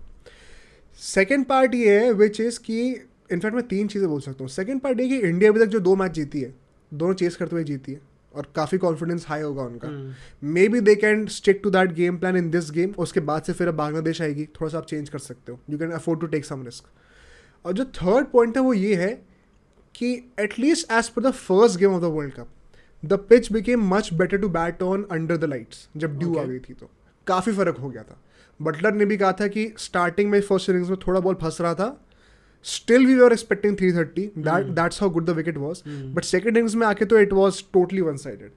So maybe because of these 3 factors, India will be tempted to bowl first. और यहाँ पे I won't really blame them if they bat first here. But I think they might want to lean towards bowling first here right now. Ideally I think batting ही करते अगर ये condition ऐसी ना होती तो. बट जब से वर्ल्ड कप शुरू हुआ है, हमें कंडीशन के बारे में पता चला है, तो शायद डिसीजन वो चेंज करके बॉलिंग की तरफ लीन करेंगे. In saying that I don't think it is a bad toss to lose also, because it doesn't really make much of a difference, specially in a big game. But I think शायद थोड़ा bowling chase करना चाहेगी मतलब India. मतलब this is what I feel, gut feeling मेरी ये है. But अगर हम लोग हिस्टोरिकली बात करें यहाँ पे, इंडिया ने इस विकेट पे 3 मैचेस खेले. विकेट क्या मतलब स्टेडियम पे 3 ओडीआईज खेले और तीनों की तीनों जीती. और पाकिस्तान से 7 मैचेस लगातार वर्ल्ड कप में जीतते आ रही है. और पॉसिबली 8वां हो सकता है, बिकॉज भाई फ़ोन करने वाला मेरे से ये हर दूसरे पॉडकास्ट में हो रहा होता है क्या. बट द पॉइंट इज़ कि जो 1,20,000 लोग होंगे ना, पाकिस्तान की फील्डिंग एक्सपोज हो रही है. प्लस प्रेशर कितना होगा, और हमने देखा था ऑस्ट्रेलिया के अगेंस्ट कैसे अगर आपने कैच छोड़ दिया, Indian batsman are not making that mistake again. I think वो सबसे बड़ा फैक्टर हो सकता है, स्पेशली अगर इंडिया चेस कर रही हो तो. तो all these 3 reasons I think they point towards why India could win और are the major favourites going into this tournament. ठीक है, do you have anything to say on that? I think अभी तक तो जो भी बोला है सही है, एंड आई थिंक यही है कि फेवरेट्स तो होगी इंडिया ऑब्वियसली. बट जब भी ऐसे टाइप के मैचेस होते हैं, द थिंग इज़ कि ऐसे टाइप के जो हाई प्रेशर सिचुएशंस एंड ऐसे हाइप वाले मैचेस होते हैं, ऑफन टाइम्स वी सी कि जो करंट फॉर्म होता है, जो रिसेंट फॉर्म होता है, that goes out the window. कुछ बहुत ज़्यादा मैटर करता नहीं है, जस्ट कि उस दिन पे बेटर कौन होता है. बट यार पता, आई थिंक ये चीज़ पाकिस्तान के लिए ज़्यादा अप्लाई करती है. ओके, व्हाई डू से सो? क्योंकि इंडिया का अगर अच्छा फॉर्म है ना, तो वो तो एक्सप्लॉइट करेगा पूरा अच्छे से. नहीं करेगा तो है, बट पॉइंट ये है ना कि अगर गंदा होता तो भी इंडिया के जीतने के बहुत चांसेस होते हैं. Because India is a better team than Pakistan right now. तो that is the main reason. Okay, I think वो अनप्रेडिक्टेबिलिटी वाला फैक्टर जो होता है ना, कि कैसा भी फॉर्म हो लेकिन कुछ नहीं पता ऑन देयर डे क्या करेंगे, वो पाकिस्तान से ज़्यादा एसोसिएट होता है. इंडिया पे अगर फॉर्म अच्छा चल रहा है तो वो अनप्रेडिक्टेबिलिटी पे रिलाई नहीं करेंगे, वो तो तोड़ने जाएंगे अपना. मतलब ऑल इन सेंस, तो अगर इंडिया हारती है, वुड यू बी सरप्राइज्ड? हाँ, okay, I will come to that कि मैं क्यों थोड़ा बहुत तो पता चल ही गया होगा अभी तक, जैसे हमने स्टैट्स बताए हैं हम्म। और जैसी कंडीशंस हैं और जैसे इंडिया का फॉर्म चल रहा है, clearly they are the better team right now on paper and otherwise as well. So I think I genuinely expect India to win here. और बाकी प्रेडिक्शंस वाले टाइम में बात करेंगे अभी थोड़ी देर में. बट अगर मैं कुछ प्लेइंग 11 की हम लोग थोड़ा बनाने का ट्राई करें पाकिस्तान के लिए, तो मैं ये कहूँगा कि भाई I think they should stick to the same lineup they had against Sri Lanka. Shafique और अपना खेलना चाहिए वापस. हाँ, Okay. फकर जमान प्रॉब्ली नहीं खेलेगा बिकॉज अब तो कोई रीजन भी नहीं है ना, उसे 100 मार दी भाई बंदे ने. Right, हाँ. कैसे निकालोगे? Hmm. The main temptation could possibly भी कि वसीम जैसे किसी को आप एक फास्ट बॉलर को लेके आ जाओ in place of a spinner. But मैं ये कहूँगा कि maybe you would want to stick to 3 spinners यहाँ पे. You can because you have 3 quality pacers in Shaheen Shah Afridi, Hasan Ali and Haris Rauf. They should be enough. अगर वो भी नहीं कर पा रहे तो आप चौथे पेसर से कुछ नहीं उखाड़ने वाले. हाँ. आई थिंक 3 स्पिनिंग ऑप्शंस और वो भी 3 अलग अलग. एक right arm off spinner in Iftikhar Ahmed, left arm off spinner in अपना नवाज और एक right arm leg spinner in Shadab Khan. Hmm. वो वैरायटी आई थिंक यूजफुल हो सकती है. हम्म. तो may B have more weapons in your Arsenal, more variety I think. और वसीम के पास इतना एक्सपीरियंस भी नहीं है इंडियन टीम जैसे बड़े बड़े दिग्गजों के साथ. तो आई थिंक इन्हीं के साथ स्टिक करना चाहिए. मिडिल ऑर्डर में वही रिजवान अपना आएगा, इफ्तिकार आएगा, उसमें कोई चेंजेस नहीं होने चाहिए. Babar Azam of course captain will play. Like I can understand अगर एक चेंज हो जाए, ज़्यादा से ज़्यादा एक पेसर आ जाए, और बट आई होप कि और कोई चेंजेस ना हो. In my personal opinion I think they should stick to the same team. अगर इंडिया की बात करें, देखो गिल वापस आ गया प्रैक्टिस करने के लिए. Although I don't think वो मैच खेलेगा. दैट इज द क्वेश्चन कि वो प्रैक्टिस तो कर रहा है नेट्स में आके, बट क्या वो मैच खेलने लायक रेडी है कि नहीं है. आई थिंक अगर रेडी हो भी तो India might not want to risk. Exactly. हाँ. दे वुड बैक देमसेल्व्स कि हम लोग वैसे भी जीत जाएंगे. एंड सो अज्यूमिंग कि गिल नहीं खेलता है, और maybe we can make 2 lineups. अगर मान लो कि गिल खेल रहा हो तो तुम अय्यर और ईशान किशन में से किसको बाहर निकालोगे? आई थिंक अय्यर को ही निकालूंगा मैं. क्यों? ईशान किशन अगेन मेरा मेन पर्पस वही है कि थोड़ा एक डायनामिक बैट्समैन है और एक थोड़ा डिफरेंट बैट्समैन प्रोफाइल चाहिए हमें बीच में मिडिल ऑर्डर में. वो अगर अय्यर होगा तो हमारे सारे वही प्लेयर्स हो जाएंगे जो कि अपना एंकर करने वाले होंगे. तो I think Ishan Kishan although Iyer बहुत अग्रेसिवली खेल रहा है इस बार, मतलब खेल रहा है एंड वी सी कि वो लगातार उस चीज़ में फेल भी कर रहा है. लास्ट मैच में तो आई थिंक वो एग्रेसिवली खेल भी उतना भी नहीं खेल रहा. राइट. तो आई थिंक ईशान किशन का होना ज़रूरी है इस मैच में. एंड वी अगर हम लोग ये भी देख लें कि रिसेंटली अगेंस्ट जो पाकिस्तान मैच हुआ था अपने एशिया कप में, उसमें भी Ishan Kishan was very good. तो आई वुड से प्रॉब्लम कि मैं ईशान किशन को खिलाऊंगा अगर गिल वापस आ जाता है. Likewise. And another reason is Shadab Khan और नवाज दोनों की बॉल पड़ के अंदर आएगी ईशान किशन के में. हाँ. Right. You might want to exploit that. तो I just have the feeling कि उसको प्रेफरेंस मिलनी चाहिए, बट मिलेगी शेयर्स अय्यर को, ऐसा Okay. मुझे लगता है. बट रिगार्डलेस अगर गिल नहीं खेलेगा, which is the most likely scenario, Ishan Kishan will open definitely और शेयर्स अय्यर मिडिल ऑर्डर में ही आएगा. जो एक the one and only change that can happen in the Indian team from the Afghanistan game is कि शार्दुल ठाकुर के जगह पे या तो शामी या तो फिर अश्विन को.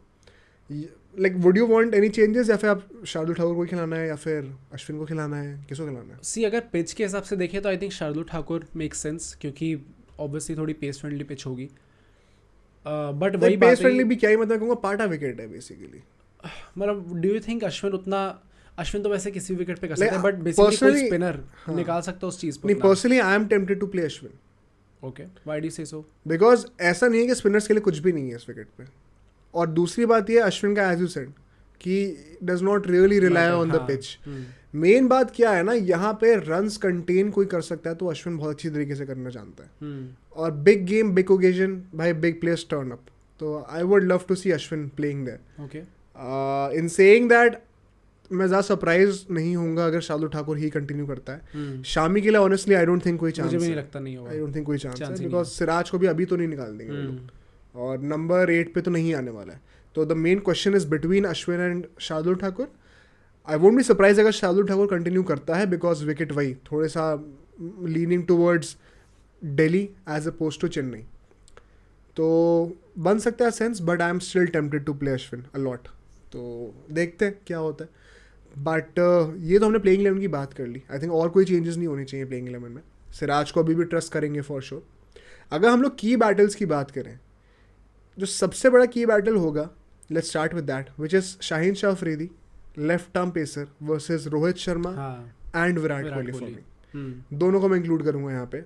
अगर शाहीन शाह अफरीदी को ये लोग टैकल कर पाते हैं, बिकॉज रिमेंबर जब इंडिया ने जो पहला मैच था एशिया कप का पहला वाला जो था, तब स्ट्रगल कर रहे थे वो लोग, और के राहुल और अपना नहीं, के राहुल नहीं था अपना, इसने ईशान किशन ने बचाया था उस मैच में, ईशान किशन और हार्दिक पांड्या ने उसमें ये लोग स्ट्रगल करे थे। हाँ। सारे के सारे शुभमन गिल, रोहित शर्मा, विराट कोहली सब स्ट्रगल करे थे। जो अगला मैच था उसमें जो स्टार्ट दी थी वो किसने दी थी? वो शुभमन गिल ने दी थी। शाहीन शाह अफरीदी को कूद कूद के छक्के मारे थे। अगर वो नहीं होने वाला इस मैच में, तो then the onus is on Rohit Sharma and Virat Kohli. तो वो देखने वाली बात होगी कि भाई ये लोग कैसे टैकल करते हैं उसको, एंड अगर वो सक्सेसफुली कर लिया तो I think a great start could be on the cards for sure. Next up I think जो बड़ा बैटल हो सकता है, अज्यूमिंग कि ईशान किशन खेलेगा, वो होगा Shadab Khan versus Ishan Kishan for me. क्यों? क्योंकि once again Shadab Khan is supposed to be his main spinner अपना बाबर आजम का, अब वो लेग स्पिनर होने वाला है। अगर ईशान किशन सर्वाइव करता है पहले के 8-10 ओवर और फिर शादाब खान को खेलता है, 10 ओवर के बाद से you can start accelerating and looking towards 340-350। तो वो जो इनिशिएट करेगा वो आई थिंक ईशान किशन कर सकता है बहुत अच्छी तरीके से। एंड अगर वो ओनस लेगा तो फिर रोहित शर्मा के ऊपर भी वो प्रेशर नहीं रहेगा, and he can look to play a big innings जहाँ पे वो एंड में आके एक्सप्लोर कर सकता है if Ishan Kishan survives the first 10 overs, कि तब तक शादाब खान बॉलिंग करने आए भी। तो ये तो आई थिंक एक और बहुत ही की बैटल होने वाला है। एक और बैटल अगर मैं बोलूँ फ्रॉम इंडियाज़ बैटिंग, वो होगा श्रेयस अय्यर वर्सेस हारिस रऊफ। अब यहाँ पे हसन अली भी है, शाहीन शाह अफरीदी भी है, बट मैं हारिस रऊफ का नाम स्पेसिफिकली क्यों ले रहा हूँ? आई think he is the more daunting of the three, in the sense कि उसकी बॉल निप बहुत करती है और तेज़ बहुत डालता है बॉलिंग वो। जो होता है ना कि आप जस्ट शॉर्ट ऑफ लेंथ से भी आप सर तक उठा दो बॉल को, वो पोटेंशियल हारिस रऊफ में है बिकॉज ऑफ दैट पेस। हाँ, उसी बॉल पे आउट होता है। तो जो असली टेस्ट होगा ना उसका, if he is going to adopt that over aggressive approach once again, वो होगा कि वो हारिस रऊफ को कैसे काउंटर करता है। मोस्ट लाइकली जब वो बैटिंग करने आएगा, शाहीन शाह अफरीदी जो नई बॉल से अपने ओवर्स खत्म भी कर चुका होगा, होपफुली हम लोग को लैप्स ना हो गई, और Haris Rauf usually one change पे आता है, तो that would be a good competition. कई लोग विराट कोहली हारिस रऊफ का भी कंपटीशन कह रहे हैं, मैंने कई जगहों पे पढ़ा भी है, बट आई थिंक वो बहुत ही रिएक्शनरी है बिकॉज वो T20 वर्ल्ड कप में ले किया था, does not really make sense. So I would say Virat Kohli towards Shaheen Shah Afridi and Iyer towards Haris Rauf. But अगर हम लोग बॉलिंग की बात करें, Bumrah versus Babar Azam, I think Babar Azam तो बिल्कुल ही अच्छा टूर्नामेंट नहीं जा रहा उसका। He had great warm up games दो, वार्म अप गेम्स अच्छे गए, but is this actually a thing with Babar आजम? क्योंकि ये चीज़ एसोसिएट की जा रही है उसके साथ, ही does not really turn up for the big games. Now you have seen it yourself. Exactly, क्योंकि वहाँ पे हम देखते कि उससे ज़्यादा टर्न अप तो रिजवान करता है भाई। Rizwan regularly turns up against India as well, India के अगेंस्ट भी उसकी बैटिंग ठीक रहती है, but Babar Azam does not really turn up for the big games. I mean he has 7 more games to prove everyone wrong, and देखते हैं कैसे fight put up करता है। I hope not against us though, and Bumrah is like as good as it gets, probably एकदम in form है इस time पे तो। एग्जैक्टली मतलब प्रॉब्ली मिचेल स्टार्क वगैरह और आएंगे तो उस लेवल के जो होंगे, ट्रेंड बोल पॉसिबली, ऑल्दो वो भी अच्छे फॉर्म में नहीं चल रहा है। सो बुमराह वर्सेस बाबर आजम, हमारा स्ट्राइक बॉलर वर्सेस उनका स्ट्राइक बैट्समैन। अगर बुमराह ने उसको निकाला पहले के 10 ओवर में, I think Pakistan is in deep trouble, and let's see क्या होता है वहाँ पर। But the last battle for me, that is going to be Mohammad Rizwan versus Kuldeep Yadav. ये थोड़ा अनकैनी बैटल है, किसी ने सोचा भी नहीं होगा। व्हाई डू आई से दिस? मोहम्मद रिजवान को हमने देखा था श्रीलंका वाले मैच के अगेंस्ट भी, कैसे वो स्पिनर्स को कितना अच्छा डोमिनेट कर रहा था। He knows how to rotate strike, he knows how to hit those boundaries. और Kuldeep Yadav is a new guy right now, and mind you last game जो पाकिस्तान के अगेंस्ट हुआ था 5 विकेट लिए थे। तो मिडिल ओवर्स में जब रिजवान बैटिंग करने आएगा, कुलदीप यादव के ऊपर बहुत बड़ी रिस्पॉन्सिबिलिटी होगी कि आप या तो रन चोक करो या तो फिर विकेट लो, राइट। एंड आई थिंक वहाँ पे इनका direct head to head clash होने वाला है, और इनमें से जो जीत जाएगा ना, वो मिडिल ओवर्स का बैटल भी मोस्ट लाइकली जीत सकता है, उसकी टीम जीत सकती है। सो होपिंग कि Kuldeep Yadav gets the likes of अपना इफ्तिकार अहमद, नवाज भी अगर हो जाए low down the order, but Mohammad Rizwan because वो अपना बीच वाले स्पॉट में आता है, नंबर 4 नंबर 5 वाले स्पॉट पे, तो वहाँ पे अगर आपने निकाल देना, it is a major dent because he is the most in form batsman right now also भी। तो पिछले मैच में मैन ऑफ द मैच था if I am not wrong, अगर उसको आउट करते हैं तो फिर से थोड़ा वो होता ना कि हेजिटेट करके एकदम से शॉक हो गए थोड़ा सा कि भाई अब क्या करें, we don't have a plan B. वो आई थिंक बहुत अच्छा मैचअप हो सकता है, एंड कुलदीप यादव जिस फॉर्म में है और मोहम्मद रिजवान जिस फॉर्म में है, it is the clash of two great players right now. Right. So कुछ भी हो सकता है, किसी भी तरफ जा सकता है, बहुत मज़ा आएगा देखने में.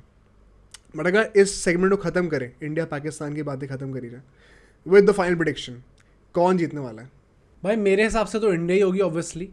आई थिंक जैसा फॉर्म उनका इस टाइम पे चल रहा है, plus obviously as you said कि थोड़ा बिग टोटल वाला होगा. रोहित शर्मा कितने अच्छे फॉर्म में, विराट कोहली कितने अच्छे फॉर्म में, के राहुल कितने अच्छे फॉर्म में, Ishan Kishan is also in very good form, Shreyas Iyer का भी लास्ट मैच डिसेंट था. तो आई थिंक हमारे बैट्समैन जो है वो इस टाइम पे जेन्युइनली जितने अच्छे हो सकते हैं उस टाइम पे उतने अच्छे हैं. एंड आई वुड एक्सपेक्ट कि वो कोई भी टोटल चेज़ कर सकते हैं, बहुत बड़ा टोटल बड़ा खड़ा भी कर सकते हैं. हैविंग सेड दैट हमारे जो बॉलर्स हैं वो भी एकदम टॉप नॉच फॉर्म में है. सिराज को छोड़ के ऑब्वियसली अपना बुमराह एकदम टॉप फॉर्म में है. शार्दुल ठाकुर भी अच्छा मैच खेल के आ रहा है. अश्विन खेलेगा तो उसका तो अच्छा है ही. जाडेजा भी अच्छा खेल रहा है. कुलदीप यादव भी अच्छा खेल रहा है. तो I think overall on paper भी हमारी टीम इज़ आई थिंक काफ़ी आगे इस टाइम पे पाकिस्तान से. एंड करंट फॉर्म के बेसिस पे we are much better than Pakistan. And this is where my problem is with Pakistan right now, right? Ki they're kind of more dependent on individuals. You can argue the same to a certain extent for India against Australia as well, कि भाई कोहली और राहुल नहीं होते तो क्या होता. But bowling पूरी collective ने कितनी अच्छी करी, बहुत अच्छी करी है. हाँ. सिमिलरली अगेंस्ट अफगानिस्तान बैटिंग सबने कितनी अच्छी करी है. तो आई थिंक पाकिस्तान का बॉलिंग काफ़ी सफ़र कर रहा है अभी. एंड इंडिया का जैसे बैटिंग अभी चल रही है ना, one of the best batting lineup से अभी. राइट. सबसे इन्फॉर्म है और तोड़ने को तैयार रहेंगे. सो आई थिंक, और given the historical context, given 1,20,000 people वहाँ पे जो आने वाले हैं, everything points towards the 8th victory for India over Pakistan. I am going to be sounding a little arrogant है maybe, but I think 80 to 20% का मैं दूंगा इंडिया को. हाँ. 80% for makes India, sense, makes 20% sense. For Right. Pakistan. और ये नहीं कि पाकिस्तान जीत गई तो क्यों बोला 80%. भाई वो 20% इसलिए दे रहा हूँ पाकिस्तान को, बिकॉज दे आर अनप्रेडिक्टेबल और वो जीत सकते हैं. बट रियलिस्टिकली लॉजिकली अभी सिचुएशन ही ऐसी है कि इंडिया एट होम, वो भी मतलब मोटेरा में या फॉल प्लेसेस जहाँ पे इतने सारे लोग आने वाले हैं, पिच अच्छी है, फॉर्म सबका अच्छा चल रहा है. How can I not logically give India the benefit of doubt कि 80-90% चांस है कि जीतेंगे. तो I would personally be surprise अगर इंडिया नहीं जीतती है तो. सो होपिंग कि आई एम नॉट सरप्राइज, जीत जाए अल्टीमेटली. बट ठीक है यार, लेट्स सी. अब तो कल ही पता चलेगा जो होगा. Let's move on to football now. Legends की बात करनी, गोट्स की बात करनी है हमें. हाँ, पहले किस right. गोट की बात करने वाले नहीं, रोनाल्डो की करते हैं. ओके.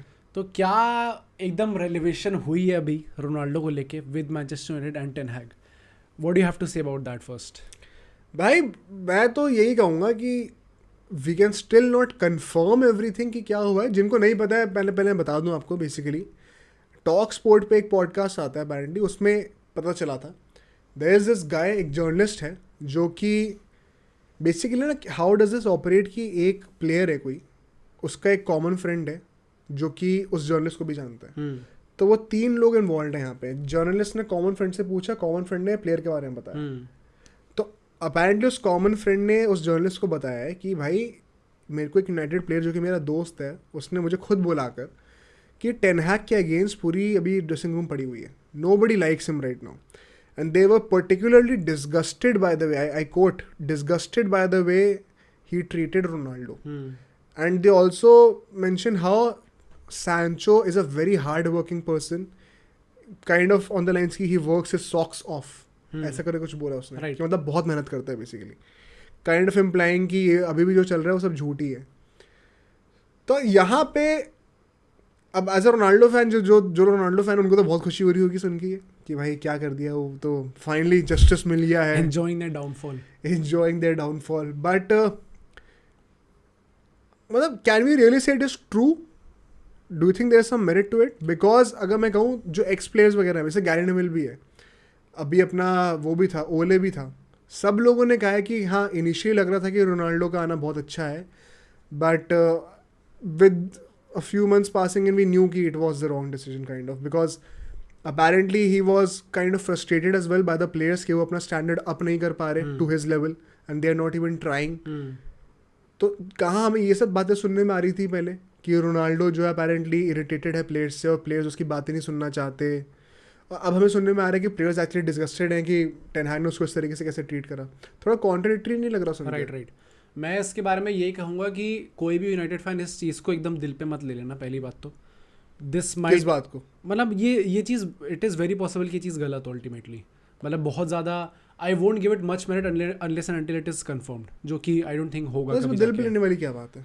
मतलब कि टेन हैग के लिए बुरा मान रहे हैं, टेन हैग ने ऐसा अच्छा। करा वैसे। भाई मैं देखो ये तो मैं जरूर कहूंगा कि सब कुछ कंफर्म नहीं है, but something is fishy with Ten Hag for sure. Exactly क्योंकि ये सैंचो वाली बात को लेके भी मतलब I don't know, nobody knows ultimately कि कैसा वो परफॉर्म करता है ट्रेनिंग में। इट्स जस्ट दैट कि जो टेन हैग ने बोल दिया हमें वही पता चला एंड में। बट ये बात तो मैं कहूँगा ही कहूँगा कि Ten Hag is a very egotistical manager, ego बहुत बड़ी है उसकी। अगर वो गलत होगा तो भी I don't think he will accept that, he would want कि प्लेयर ही अल्टीमेटली आके अपोलोजाइज करे उस चीज़ के लिए, which might be the case with Sancho. Now what I think about the Ronaldo case is कि रोनाल्डो की बन नहीं रही होगी प्लेयर से इस चीज़ को लेके कि लोग स्टैंडर्ड ऊपर नहीं कर रहे हैं, बट आई डोंट थिंक कि वो चीज़, वो फ्रस्ट्रेशन लेके वो डायरेक्टली प्लेयर्स को टारगेट करेगा उस चीज़ को लेके। Secondly I think like expand that thought क्या, मतलब basically he would not create a फस इन द ड्रेसिंग रूम, वो ही वोंट जाके फाइट नहीं करने लग जाए वो जाके किसी प्लेयर के साथ। I think Yeah, he he won't will be the publicly call first out. Person to express his displeasure though. I don't think सो, मतलब मुझे लगता है कि I Ronaldo think he is that kind of a personality. नहीं, even he has himself said काफी बार कि he does not prefer to say much in the dressing room किसी भी आई प्लेयर मीन को। ही said everything openly with Piers Morgan भाई। हाँ but players को कहाँ कॉल आउट करा, उसने तो इन जनरल बोला कि यंगस्टर जो है वो I mean, नहीं सुनते भाई players तो को। इसका क्या मतलब है? और नहीं तो मैं वही तो कह रहा हूँ कि he won't publicly call out कि नहीं मैं कह रहा हूँ pinpoint करके नहीं ड्रेसिंग रूम के कहेगा। अंदर हाँ ओके, I कि वो think- कहेगा कि if he is clearly seeing कि भाई ये बंदा अपना स्टैंडर्ड रेज नहीं कर रहा, ये फोन पे लगा हुआ है पूरे टाइम, डिस्ट्रैक्ट हो रहा है पैसों से, I think he will be the first person to call out. पता है मैं ये कहूँगा कि रोनाल्डो इज दैट गाय जो कि अपने आप को इंक्लूड करता है हमेशा इस चीज़ में। लाइक इसका सबसे बड़ा example is that documentary Juventus वाली। उसमें जब वो हाफ टाइम में वापस आए थे पोर्तो के अगेंस्ट, जब लोग हार रहे थे वो वापस आता है and he start shouting in the dressing room and वो पब्लिकली ये कहता है कि मतलब वो कहता है कि वी ऑलवेज प्ले ऐसे गंदा गंदा करके। फिर क्वाड्राडो को कहता है कि तू क्या बोल रहा है? नहीं ये नहीं कहता, वो कहता है you are a senior figure, you have to set an example ऐसे करके। और वो उसी टाइम कहता है include myself in this, I am also not playing well. तो आई डोंट थिंक कि रोनाल्डो ये कहेगा कि भाई मैं अच्छा खेल रहा हूँ, तुम लोग अच्छा नहीं खेल रहे। वो हमेशा एज अ टीम इंक्लूड करके बात आई करेगा थिंक उस चीज़ को। अच्छा खेलना ना खेलने की बात नहीं है, बात है एटीट्यूड की यहाँ पे। Because I think Ronaldo has seen enough to know कि रिजल्ट हमेशा सबके हाथ में नहीं होता, it is the work ethic that you put in. Obviously but मुझे एंड नहीं आई लगता थिंक कि- his complaint was with the work ethic of the youngsters. नहीं ऑब्वियसली, बट मुझे I don't think he seems that sort of a guy जो कि किसी player को जाके पब्लिक बोलेगा भाई तेरा एटीट्यूड मेरे को पसंद नहीं पब्लिकली है। का क्या मतलब है? ड्रेसिंग रूम के अंदर मतलब बोल ड्रेसिंग रहा रूम है। के अंदर ही, मतलब पब्लिकली एज इन कि और लोगों के सामने जाके बोले उससे कि भाई मेरे को पसंद नहीं है तेरा एटीट्यूड। वरना आई थिंक कि things would have gone much worse ultimately, क्योंकि जिस टाइप के प्लेयर्स के लीक होते थे उस टाइम पे आई थिंक वो और गंदा होता। अब माइंड यू मतलब यूनाइटेड अपेरेंटली इस चीज़ को एकदम सीरियसली ट्रीट कर रही है, क्योंकि they are on a search, on a hunt to find out किसने लीक करा है ये। So maybe it is true after all this news. एक तो ये यूनाइटेड प्लेयर्स जो लीक करते रहते हैं ना इस चीज़ को, I think this also has to stop. Dressing room से आई थिंक जितने लीक्स यूनाइटेड से आते हैं उतने और किसी क्लब से आते ही नहीं हैं, और जितने कॉन्ट्रोवर्शियल लीक्स आते हैं। सो ये रोनाल्डो वाले केस को लेके भी मैं यही कहूँगा कि एक चीज़ होती है कि आपको कोई प्लेयर फ्रस्ट्रेट हो रहा है तो वो पसंद नहीं आ रहा, बट जो what ever he has achieved in his career, I do think कि वो एक सर्टेन लेवल ऑफ रिस्पेक्ट तो होगी सबके प्लेयर्स के दिमाग में कि भाई ही इज़ दैट गाय जो कि हम लोग एस्पायर करते हैं बनना अल्टीमेटली जाके। He has achieved much more than that. तो अगर ये चीज़ हो रही है, फर्स्ट ऑफ ऑल उस टाइम पर रोनाल्डो के साथ हुई थी तो प्रॉब्ली प्लेयर्स ने अपने दिल पे वो चीज़ नहीं ली उतनी, but now that it is happening with them as well, उनके टीममेट्स के साथ, उनके दोस्तों के साथ भी ये चीज़ हो रही है, whether it be Harry Maguire का जो कैंप है उसके साथ या सैंचो कैंप है उनके साथ, क्योंकि Harry Maguire, Sancho, Rashford, Luke Shaw ये चारों काफ़ी अच्छे दोस्त हैं आपस में, क्योंकि सारे इंग्लिश टीममेट्स हैं। So now that it is happening with them as well, and Harry Kane तो कैप्टन है भाई इंग्लैंड का, उनके साथ ये चीज़ हो रही है। तो शायद अब ये इस चीज़ को ऐसे बना के बोल रहे हैं कि वी वर वेरी डिस्गस्टेड कि रोनाल्डो के टाइम पर रोनाल्डो के साथ ये चीज़ हुई, क्योंकि उनके साथ भी यही चीज़ हो रही है। तो this might very well B the case कि उस टाइम पे उनको उतना ना लगा हो, बट अब उन्हें लग रहा है तो उसके द्वारा हमारा क्या लेना देना इस चीज़ से, but now that it is happening with them as well, तो वो उस चीज़ को शायद थोड़ा सा बढ़ा चढ़ा के कह रहे हैं कि हम तो उस टाइम पे बहुत डिस्गस्टेड थे और इस टाइम पे भी वो हम लोग एकदम सेल्फ चिड़े हुए हैं। विक्टिमाइजेशन को बढ़ाने के लिए दूसरों को भी इंक्लूड कर रहे राइट हैं। Right. Oh that's interesting. And मतलब ये वही चीज़ है कि आई डोंट थिंक इस चीज़ को हमारे बारे में कभी हमें पूरी चीज़ पता चलेगी अनलेस एंड अनटिल एक और पियर्स मॉर्गन इंटरव्यू होता है किसी के साथ, टेनहैग के साथ हो के रहा साथ ही है। हो जाए।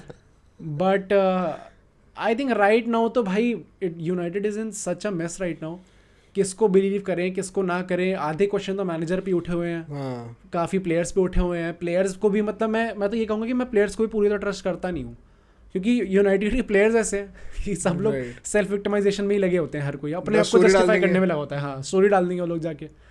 तो I don't really know at this point कि मैं किसको विश्वास करूँ, किस चीज़ का, प्लेयर्स को विश्वास करूँ या मैनेजर को विश्वास करूँ। Personally I don't, obviously it is very obvious knowledge कि I don't really like Ten Hag right now, but having said that I can't just go against him and say कि भाई प्लेयर्स सही है एकदम, क्योंकि प्लेयर्स की भी reputation कुछ खास है नहीं। बट यार रोनाल्डो को जिस तरीके से उसने ट्रीट करा था, nobody else had ever treated Ronaldo like that. Obviously and उस चीज़ को मैं कभी जस्टिफाई करूंगा भी नहीं कि उसने कैसे करा। आई ऑलवेज थिंक कि सिचुएशन बेटर हैंडल करी जा सकती थी। स्टार्ट क्योंकि टेन हैग नहीं किया था तो इसलिए स्टार्ट उस मतलब बेटर वो हैंडल कर सकता था, बट जो अल्टीमेटली रोनाल्डो ने भी जो भी किया आई थिंक वो भी चीज़ थोड़ी बेटर हैंडल हो सकती थी। बट रोनाल्डो को ट्रीट वैसा पहली बार करा गया है ना। नहीं ऑब्वियसली मैं वही कह रहा हूँ कि जो चीज़ जो बंदा स्टार्ट करता है and if you are the manager, आपकी ज़्यादा रिस्पॉन्सिबिलिटी है उसमें, you are the manager, manage करना आपका काम है। और मतलब तो- जैसे उस टाइम पे रोनाल्डो ने ये बोला था कि ये मेरे से कुछ और बोलता है और मीडिया के सामने कुछ और बोलता है। फिर अपेरेंटली भी सैंचो को भी, जो तुमने भी कहा ना, लूक शॉ और ये मैग्वायर, राशफोर्ड, इन सब लोगों ने आके कहा था कि भाई तू गलत नहीं है लेकिन सॉरी बोल दे क्योंकि ये तो मानने नहीं वाला। ये हमने पिछले रीसेंट पॉडकास्ट में जो कहा था। स्टांस ऑफिशियली फेब्रिजियो रोमानो भी कहा है कि वो मेंटेन कर रहा है, आइदर यू से सॉरी और you are out of the team. Out of the team. तो मुझे there is something in me जो कि कहते हैं कुछ तो फिशी है। नहीं टेन हैग के साथ ना डेफिनेटली आई थिंक इतना सिंपल है नहीं और इतना दूध का धुला मैनेजर है भी नहीं वो। तो अगर इतने प्लेयर्स के साथ हो रही है ये चीज़ तो देयर डेफिनेटली समथिंग रॉन्ग, कुछ ना कुछ गलत तो है ही। मतलब और ये बहाना देना कि ये मेहनत नहीं कर रहा ट्रेनिंग में, आई थिंक सबसे लेमेस्ट पॉसिबल एक्सक्यूज हो सकता है ये। Because at that level I am sure कुछ ना कुछ सर्टेन लेवल पे मैंने तो कही रहे हैं भाई। और रोनाल्डो के लिए तो तुम कभी भी नहीं कहते ऐसा। Obviously, हाँ। तो पता नहीं भाई क्या है, वियर्ड लगता है मुझे तो बहुत ज़्यादा। But I would not be surprise अगर ये जो बोला गया है, जो भी ये क्लेम है, ये एक्चुअली में ट्रू होता है। ऑल दो वो जो तुमने पर्सपेक्टिव ऐड करा है इसमें कि वो सच हो सकता है, लेकिन वो बोल इसलिए रहे हैं क्योंकि अब उनके साथ खुद हो रहा है तो उन्हें रियलाइज हो रहा है। That is a new twist to it, so maybe that would also be true. But ठीक है भाई, रोनाल्डो का अब वो खुशी है अल नसर में और अभी ये पोर्चुगल आ चुका है। तो जल्दी से पोर्चुगल के मैच की बात कर रहे थे अभी। आई थिंक जब पॉडकास्ट रिलीज हुआ है उसके कुछ ही घंटे में है। राइट। तो किससे मैच है, क्या है, थोड़ा प्रीव्यू दे दो सबके लिए। यूरो क्वालिफायर है, स्लोवाकिया के साथ अगेंस्ट। बहुत मुश्किल मैच है, ऑफिशियल मैच है, बहुत ऑफिशियल फ्रेंडली नहीं है, ऑफिशियल मैच है, लेकिन बहुत मुश्किल मैच भी है। आई थिंक सबसे पहले तो मैं यही कहूँगा कि पोर्चुगल ऑलरेडी क्वालिफाई कर चुकी है, one of the first teams जो कि क्वालिफाई करी है अल्टीमेटली यूरो के लिए। तो does not really hold much significance इस मैच का।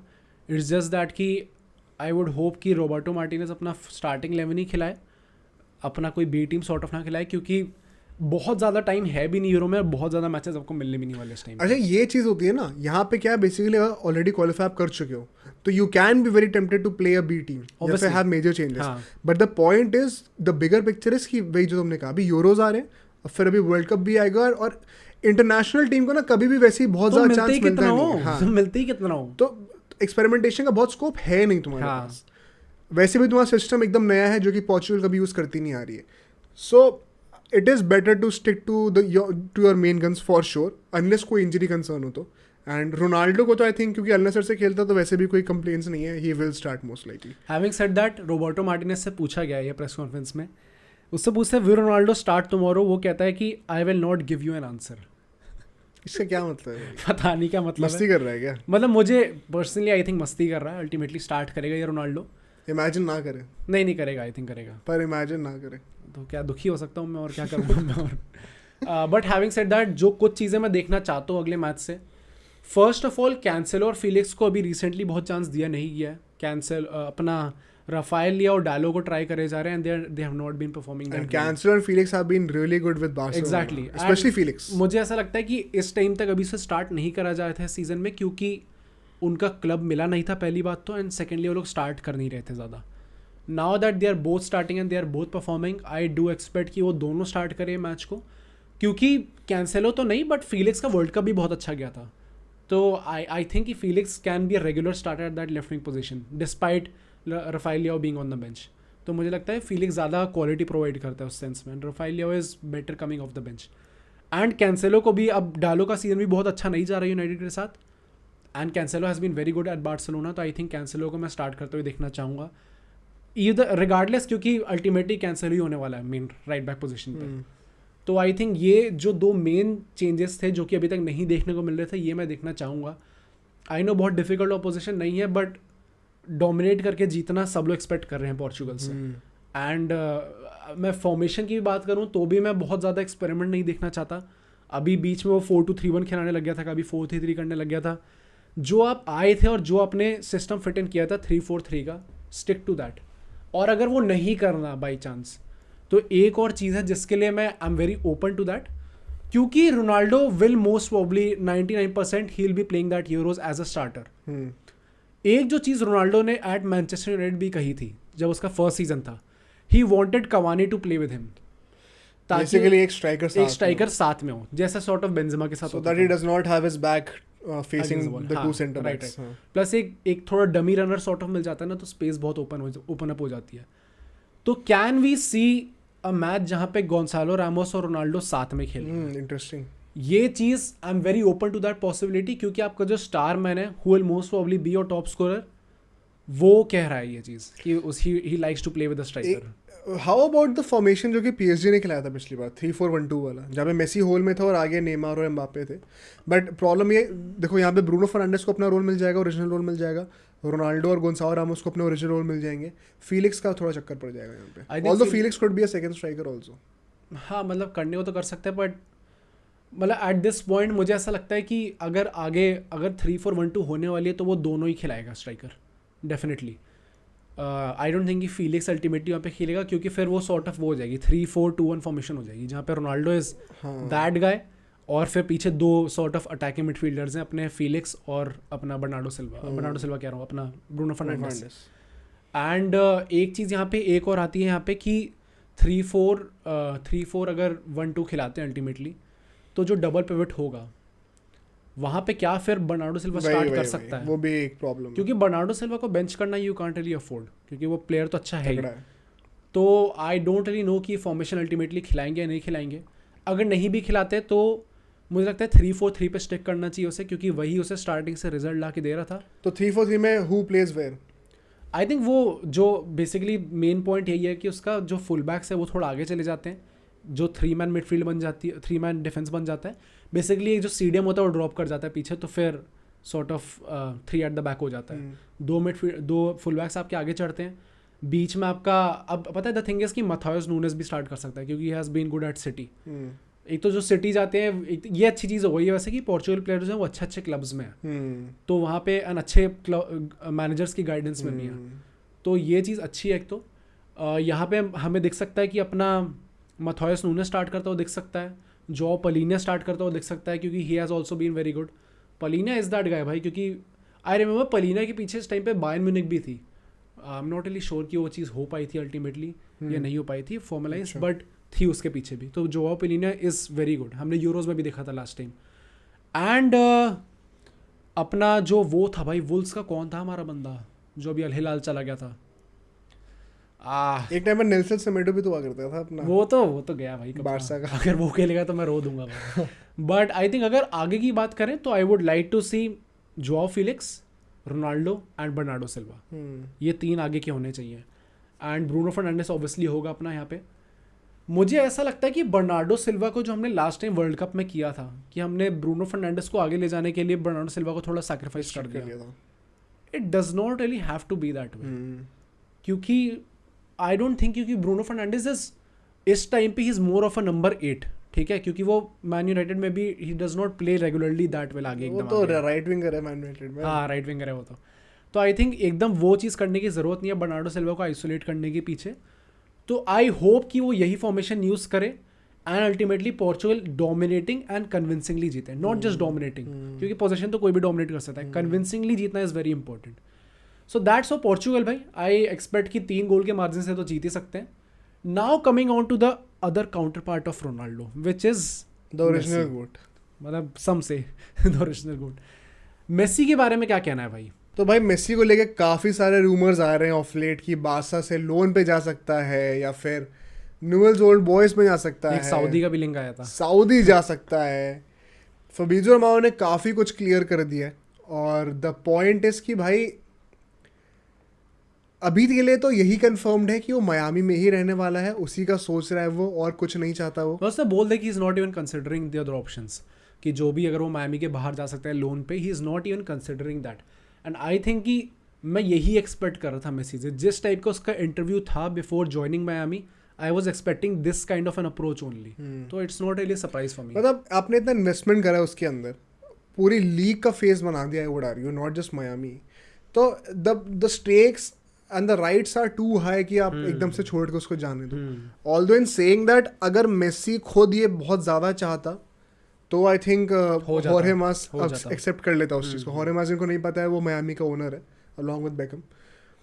बट पॉइंट इज कि हमने ये लास्ट पॉडकास्ट में भी डिस्कस किया था, उसको भी मैं लिंक कर दूंगा डिस्क्रिप्शन कार्ड से, आप चेक कर लेना उसको, कि it does not really make sense for Messi right now to go back there firstly, और बारसा के लिए भी सेंस नहीं बनाता है बिकॉज अभी रफीनिया भी आएगा, अभी फीलिक्स खेल रहा है, अभी वितोर रोकी की बात करनी है वो भी आने वाला है, अपना ये लेवेंडोस्की भी इंजरी से आ जाएगा अल्टीमेटली वापस, फरान टोरेस है, कहाँ कैसे, और सिर्फ 5-6 महीने के लिए कैसे खिलाओगे। Also the fact that Miami का अगला सीजन अब फरवरी में शुरू होगा, अगर तुम जनवरी में जा रहे हो लोन पे तो तुम मई तक तो पूरा ही खेलोगे, तो मतलब तुम इनिशियली फिर से मिस करने वाले हो मियामी का। वो कुछ क्लैरिटी किसी ने दी नहीं थी, विच इन इट सेल्फ प्रूव्ड कि ये इस उम्र में कोई मेरिट ही नहीं है। So it is very clear right now. I think Messi ने बहुत लॉजिकल डिसीजन लिया है, जबरदस्ती में कैरिड अवे नहीं हुआ इमोशंस के साथ कि भाई नहीं बारसा जाना है। He has taken that decision, he has moved on, अब वो वहीं पे स्टिक करने वाला है। हाँ, बारसा को लेके जो फ्यूचर है वो ये ज़रूर है कि वो एक फेयर मैच खेलने ज़रूर आएगा जब भी कैंप नो रिकंस्ट्रक्ट हो जाएगा। Now the main question was कि क्या वो सऊदी जा सकता है कहीं पे या फिर न्यूएल्स ओल्ड बॉयज़ में जा सकता है। तो यहाँ पे देखो दोनों चीज़ों को ब्रेक डाउन करते हैं जल्दी से। सऊदी का तो कोई चांस ही नहीं है। आई थिंक सऊदी की तरफ से अप्रोच का चांस जेन्युइन है, या फिर मतलब रहा होगा, करा भी होगा इन लोगों ने, बट मेसी की तरफ से बात क्लियर थी बिकॉज मेसी को अगर सऊदी जाना होता तो वो पहले भी जा चुका होता। राइट। और eight this point of time एक तो वो हर इंटरव्यू में वो खुद ही कहता है कि मैंने अब सब जीत लिया है, तो he is clearly himself not very desperate to have game time या फिर मुझे बहुत खेलना कुछ है। In fact I think it is a blessing in disguise, वो खुद भी सोच रहा है कि अच्छा ही है अभी चिल ऑफ पीरियड मुझे मिल गया है, because he is that guy जो तुम्हें पता है कि वो खेल नहीं रहा, इसका मतलब ये नहीं कि वो मेहनत नहीं करेगा, मतलब वो डिसिप्लिन में रहेगा।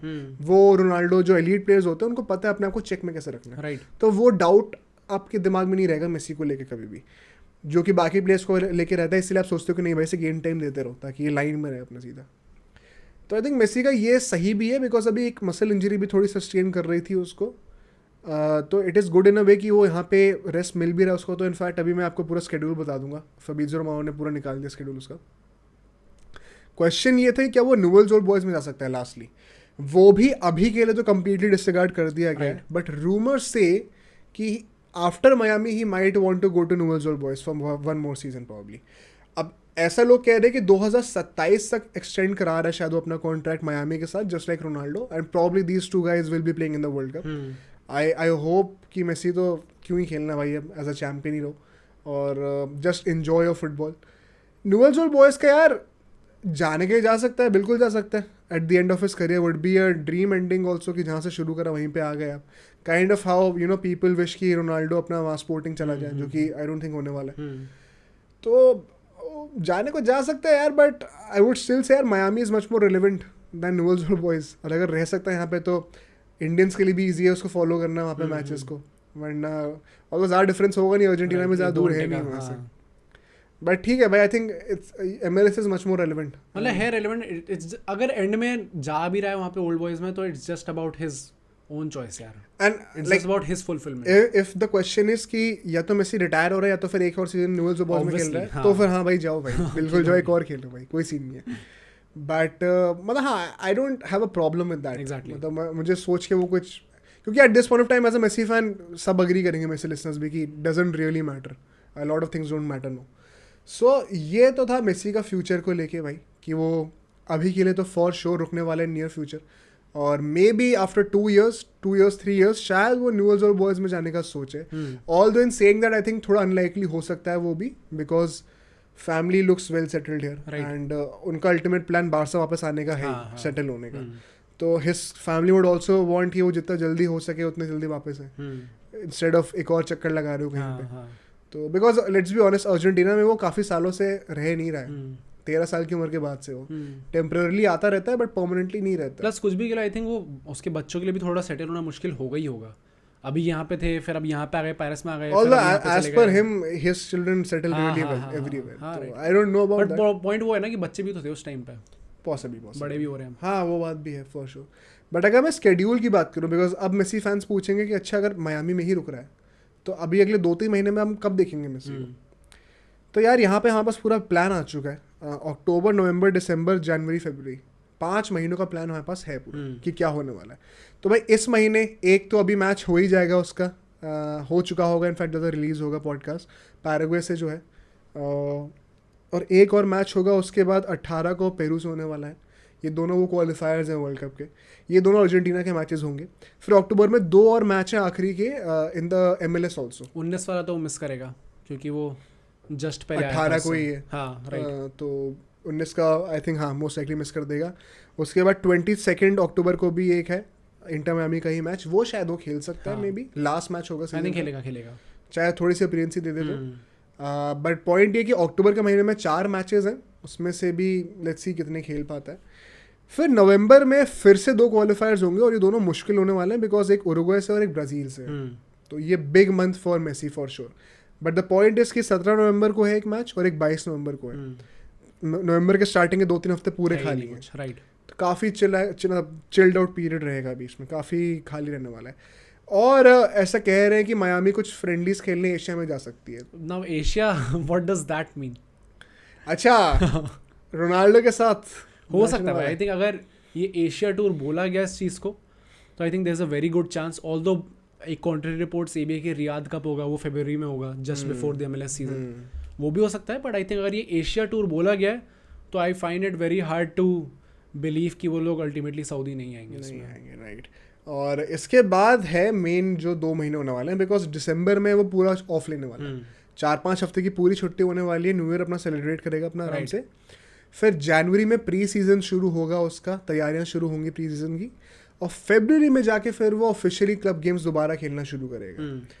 तो मतलब अक्टूबर के बाद नवंबर, दिसंबर, जनवरी 3 महीने तक हम उसको किसी भी ऑफिशियल क्लब गेम्स में खेलते हुए नहीं देखने वाले. सिर्फ अर्जेंटीना से देखेंगे, वो भी नवंबर तक. बेसिकली 4 और मैच अर्जेंटीना के. तो बहुत बड़ा ब्रेक मिल रहा है मेसी को. आई थिंक करियर में पहली बार इतना बड़ा ब्रेक ले रहा होगा कोई player. And one could argue कि इसके वजह से शायद वो कोपा अमेरिका के लिए फ्रेश भी हो. But the other concern is कि इतना बड़ा गैप क्या लेना चाहिए कि नहीं लेना चाहिए. How do you perceive this? मुझे to be very honest, as you rightly said कि मेसी रोनाल्डो ऐसे टाइप के लोग हैं जो कि अपने आप को डिस्टेंस में रखना जानते हैं. बट मैं एक चीज़ ये कहूँगा कि देयर इज़ वन थिंग कि आप फिट हो और एक है कि आप मैच फिट हो. वो डिफरेंस होता है. एंड रिगार्डलेस मुझे लगता है कि जब फरवरी में स्टार्ट होगा तो भी टाइम होगा कोपा अमेरिका से पहले काफ़ी. एंड अल्टीमेटली मेसी उस फॉर्म में वापस आ जाएगा. बट एट दिस पॉइंट मतलब आई एम नॉट श्योर कि ये ब्रेक अच्छा है या गंदा है. मतलब ब्रेक होना अच्छी चीज़ ही होती है प्लेयर के लिए. बट इतना लंबा ब्रेक, जैसे एक तो आपका महीना पूरा ही ऑफ है, you are not playing a single game उस टाइम पे, तो is it really a good thing for you? ये मुझे लगता है. मतलब भैया बट बात वो भी है ना कि he is not having too much pressure at this moment. बात अल्टीमेटली उसी पे नहीं पता है. पॉइंट ये कि प्रेशर नहीं है but he has to play the Copa America ना अल्टीमेटली. एंड अगर वो अपीयरेंस दे रहा है, चाहे अभी दे रहा है या चाहे वर्ल्ड कप में देगा जाके, he would want to contribute his, मतलब he would want to be at his best at that moment. तो पॉइंट वही है ना, कोपा अमेरिका है जून जुलाई में. हाँ. और उससे पहले मतलब फरवरी से अगर आप खेलना शुरू कर दे रहे हो तो you have ample of time. Right. तो आई थिंक वो ब्रेक अगर ले भी रहा है तो सही टाइम पे ले रहा है एग्जैक्टली. तो ज़्यादा फर्क होपफुली ना पड़े. But you never know, of course at this age कुछ भी हो सकता है. एक जगह यहाँ पे रोनाल्डो जो घिस रहा है पूरा बैठ के मेहनत कर करके. तो महीने वो तो हफ्ते में 2-3 पोर्चुगल का ही मैच खेलूंगा, वेलेसर का ही मैच खेलूंगा. यहाँ मेसी कह रहा है भाई चिल. तो contrasting presents for both the GOATs. But let's move on to very quickly last segment पे. Vitor Roque is coming to Barcelona in January, confirm हो चुका है. इंजरी चल रही है उसके अपेरेंटली, जो कि वो 3 हफ्ते में हील हो जाएगी एज पर द रिपोर्ट्स। कुछ हो जाएगा तो पता नहीं, but how do you treat this signing? मतलब आई थिंक अच्छी चीज़ ही है, क्योंकि मैं ऑनेस्टली कहूँगा कि बारसा का सीजन जितना अच्छा मैंने एक्सपेक्ट किया था उतना अच्छा जा नहीं रहा इस time. Although they are still unbeaten. नहीं, स्टिल अनबीटन है, बट द थिंग इज कि इस टाइम पे लीग में भी वो सेकंड है शायद, बारसा सेकंड या थर्ड है, सेकंड या थर्ड, रियल मैड्रिड से पीछे हैं इस टाइम पे। जिस टाइप की स्क्वाड है उनके पास, आई वाज एक्सपेक्टिंग कि इससे ऊपर ही होंगे अल्टीमेटली रियल मैड्रिड से। आई थिंक ला लीगा में उनका एकदम वो परफेक्ट स्टार्ट, ड्रीम स्टार्ट रहा नहीं है, despite not having a good squad. तो मुझे ऐसा लगता है, एंड आई थिंक मैं चावी से भी बहुत ज़्यादा इंप्रेस्ड हूँ नहीं इस सीज़न, क्योंकि वो जो एकदम प्रॉपर आई प्लीजिंग फुटबॉल था जो हमने लास्ट सीजन भी देखा था, कुछ मैचेस में ऑब्वियसली काफ़ी मैच 1-0 भी जीते थे, बट आई थिंक वो एकदम उस फुल फ्लो में, फ्लूइडिटी में दिखा नहीं इस टाइम पे। मे बी बिकॉज कि थोड़े नए प्लेयर्स भी आए हैं, ओरियल रोमेयो हमारा नया आया है, थोड़ी इंजरीज भी हो चुकी हैं, अभी कैंसिलो आया, फिलिक्स आया है, although they have fit in very well, बहुत क्विकली फिट इन कर गए हैं। But I think I hope कि ये जो ब्रेक आया है इसमें Xavi can probably reorganize his thoughts, reorganize his tactics, तो इंजरी भी तो इतनी हो गई हैं सारी, इंजरीज भी इतनी हो गई हैं। तो आई थिंक कि कुछ क्लब्स हैं ना जिनके लिए ये चीज़ काफ़ी हेल्प करेगी। एक अपनी बार्सा होने वाली है, एक यूनाइटेड होगी ऑब्वियसली। रियल मैड्रिड के लिए आई थिंक थोड़ा सा ये सिचुएशन ख़राब हो सकती है, क्योंकि real Madrid was only winning matches on momentum. तो आई थिंक वो चीज़ अगर मोमेंटम ब्रेक होता है, if they don't start well when they come back from the international break, I think थोड़ी प्रॉब्लम होगी वहाँ पे। बट बार्सिलोना के लिए अल्टीमेटली एक और साइनिंग आ रही है यहाँ पे, काफ़ी स्टार साइनिंग आ रही है, मतलब स्टार साइनिंग है ही अल्टीमेटली, क्योंकि काफ़ी अच्छा खेल रहा है वहाँ पे। तो it's would he become a starter though? I don't think so. Start तो आई थिंक डिजर्व भी नहीं करता इस टाइम पे स्टार्ट करना। धीरे धीरे आएगा टीम में, क्योंकि निकालेंगे कैसे? बाकी प्लेयर्स भी तो अच्छा ही परफॉर्म कर रहे हैं इस टाइम पे। लेवेंडोव्स्की बैठेगा नहीं, फिलिक्स परफॉर्म कर रहा है, फर्नान टोरेस परफॉर्म कर रहा है, कौन बैठेगा इस टाइम पे? एंड रफीनिया भी सरप्राइजिंगली परफॉर्म कर रहा है। तो आई थिंक वो वैसे भी छोटा है काफ़ी इस टाइम पे, धीरे धीरे इंटीग्रेट करेंगे टीम में, धीरे धीरे गेम टाइम देंगे। लमीन यमाल ही परफॉर्म कर रहा है। लमीन यमाल, हाँ काफ़ी और कॉम्पिटिशन। यमाल भी छोटा, उसको खिला सकते हैं तो व्हाई नॉट रूकी? मैं वही कह रहा हूँ ना कि वो धीरे धीरे आएगा, फिट इन करेगा धीरे धीरे, and I think that's the right way only. तो इधर वे कोई भी बंदा आ रहा है, एक एक्स फैक्टर टाइप का प्लेयर आ रहा है जिसके बारे में बहुत लोग जानते नहीं, जिसके बारे में टीम्स ने प्रिपेयर करके नहीं रखा आपके ओपोनेंट्स ने, तो it's always going to be good for you. And what about the last news? Last news ये है कि भाई हमें अर्दा गुलर का डेब्यू देखने को बहुत जल्दी मिल सकता है। बेसिकली बार्सा ट्रेटर का, हाँ बार्सा ट्रेटर का, he is back in training, and ऐसा कहा जा रहा है कि इंटरनेशनल ब्रेक के बाद वो बंदा अवेलेबल होगा। सो आई थिंक यहाँ पे तो बहुत ही ज़्यादा खुशी की चीज़ है रियल मैड्रिड के लिए, क्योंकि जहाँ पे हमारे लिए अटैकर्स कम पड़ रहे थे, वहाँ पे एक बंदा आने वाला है जो कि he can actually play in that right wing position, क्योंकि वहाँ पे अपना इन हिज प्रीवियस क्लब उसने वहाँ पे खेला हुआ था बेसिकतास में राइट विंग पोजीशन पे। He prefers to be a number 10 दो, right? He prefers to be number 10, but उसने वहाँ पे भी काफ़ी matches at right wing position खेले हैं एंड अच्छा भी खेले। तो मुझे लगता है कि अगर अल्टीमेटली आता है 4-3-3 वापस आ जाएगी, can we actually see a 4-3-3 formation, तो आई थिंक वो चीज़ काफ़ी अच्छी होगी रियल मैड्रिड के लिए। एंड आई थिंक कि बहुत मच अवेटेड डेब्यू था ये, काफ़ी लोग बहुत टाइम से सोच रहे थे, मतलब हमने क्लिप्स तो देखी हैं उसकी वहाँ पे टर्किश लीग में खेलते हैं, but can he replicate that same thing in La Liga? Training, अगर ट्रेनिंग के बेसिस पे होते ना अवार्ड्स मिल रहे होते तो वो जीत गया होता अभी तक कुछ ना। हाँ, ट्रेनिंग में तो ही इज क्लास भाई साहब, वो ह्यूमिलिएट कर रहा होता है कुछ लोगों को। But is it unfair to Brahim Diaz? हाँ ठीक है, कोई नहीं। अच्छा भाई, मतलब बेचारे ने गोल भी मारा था। गोल मारा, वो है ना, आई थिंक अर्दा गोलर के लिए इस टाइम पे सबका एक वो है, क्यूरियोसिटी है दिमाग में, बायस है, क्यूरियोसिटी है, नेक्स्ट मेसी बोल चुके हैं, तो दिमाग में है चीज़ कि भाई क्या है ये बंदे में ऐसा कि ये, और क्या ये रेप्लिकेट कर सकते हो उस चीज़ को। यहाँ पे everybody is eager to see that, rivals भी और अपने मैड्रिड फैंस भी। तो भाई I can't wait to see him fail वैसे, बट एनीवे मैं तो चाहता हूँ करे। बट ऑन दैट नोट भाई, काफ़ी चीज़ें हमने कवर करी हैं इस बार, फुटबॉल की, क्रिकेट की, वर्ल्ड कप भी काफ़ी धूम धमाके से चल रहा है इस टाइम पे, एंड जो नेक्स्ट पॉडकास्ट होगी हमारी उसमें हम लोग अपना इंडिया पाकिस्तान का मैच भी कवर करेंगे। एक चीज़ मैं कहूँगा, इंग्लैंड बांग्लादेश है ना उसके बाद, आई एम नॉट श्योर, बट हमने क्रिकेट वाले सेगमेंट में कहा था, आज मैंने कुछ डिफरेंट ट्राई करा है। क्रिकेट वाले सेगमेंट में मैंने कहा था कि हम लोग वर्ल्ड कप का राउंड 2 भी थोड़ा डिस्कस करेंगे लास्ट में एकदम, तो वो हमने जानबूझ से तब नहीं करा, मैं बचा के रखा हुआ था तभी। अब थोड़ा सा जल्दी से कर लेते हैं, लास्ट 1 मिनट देंगे इस चीज़ को। नाउ दैट वी नो कि सेकंड मैच सबका खत्म हो चुका है, कौन है टॉप पे हमें पता है, साउथ अफ्रीका है। सबसे स्ट्रॉन्ग कौन लग रहा है, सबसे वीक कौन लग रहा है? आई थिंक सबसे स्ट्रॉन्ग साउथ अफ्रीका लग रही है, न्यूजीलैंड नहीं लग रही है। मैं वही उसके पीछे का वो दूंगा, रीज़न दूंगा, क्योंकि न्यूजीलैंड के 2 मैचेस देखे हमने, इंग्लैंड से और नेदरलैंड से, दोनों मैचेस बहुत कन्विंसिंगली जीते, एक 99 रन से और एक 100 के रन के ऊपर से। साउथ अफ्रीका के हमने 2 मैचेस देखे, ऑस्ट्रेलिया इक्वली गुड इंग्लैंड से, एंड सेकंड मैच हमने देखा श्रीलंका से, probably better than Netherlands, probably क्या ऑब्वियसली बेटर दैन नेदरलैंड्स। दोनों मैच वो लोग 100 के ऊपर से जीते हैं एंड ये ऑस्ट्रेलिया वाला तो 137 रन से जीते हैं। तो जितनी डोमिनेटिंग परफॉर्मेंस हमने देखी है उसकी, आई थिंक बहुत ही छोटे मार्जिन से न्यूजीलैंड को सुपरसीड कर दिया। Where does India Just- stand here?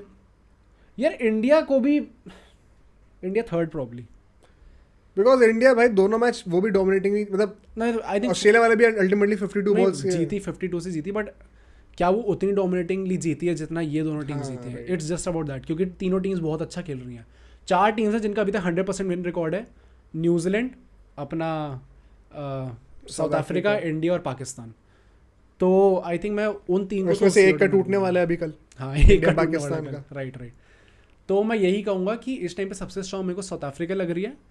And week मैं किस बेसिस पे कहूँ, मतलब बिग टीम्स में से या फिर स्मॉल टीम्स में से? बिग ऑफ स्मॉल में तो क्या ही करना भाई है। आई थिंक बिग में से तो सबको पता ही है कौन है, ऑस्ट्रेलिया। ऑस्ट्रेलिया ही इस टाइम पे सेकंड लास्ट है।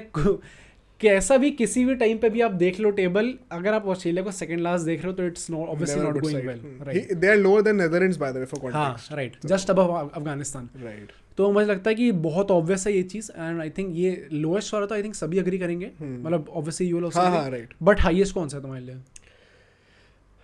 I think highest is a tie between New Zealand and South Africa honestly. Make sense And क्योंकि मैं इंडिया को थर्ड नहीं रखना चाहता, I think India deserves to be second है। और वो जो सेकंड है वो इसीलिए because I am waiting to see इनका जो टॉप ऑर्डर है वो किसी बड़ी टीम के अगेंस्ट कैसे कैसा करते खेलता हैं। है, अगर right. वो भी टिक हो गया ना तो I think they are top पे, द हाँ definitely. top contenders for sure. But New Zealand and South Africa rightfully, because they have just been so good and so clinical right now कि you can't really give an excuse. What I wait for South Africa to see is कि चेन्नई जैसी pitches पे क्या वो लोग survive कर पाएंगे exactly उतना। That will be the main test. I think India के पास वो डिलेमा नहीं है बिकॉज वो होम टीम है तो उन्हें सब पता है कैसे खेलना है हर जगह। साउथ अफ्रीका अगर ऐसी पिचेस पे भी सर्वाइव कर सकती है तो फिर भाई they are the force to defend for sure. तो देखते हैं भाई क्या होता है। But let's end today's podcast on this note. Let's hope कि हम लोग जो मंडे को पॉडकास्ट करेंगे उसमें इंडिया के विन सेलिब्रेट कर रहे होंगे एंड अर्जेंटीना भी अच्छा खेल रही होगी और पोर्चुगल थोड़ा गंदा खेल रही होगी। बट ठीक है यार, please make sure to like this video and subscribe to the channel. और जो आपके लिए बेस्ट वीडियो होनी चाहिए अगली वो मोहित बताएगा। नेक्स्ट वीडियो जो आपके बेस्ट होनी चाहिए आपको यहाँ पे दिख जाएगी, तो इसको भी आप चेकआउट करिएगा और कमेंट्स में बताइएगा आपको ये वीडियो कैसी लगी।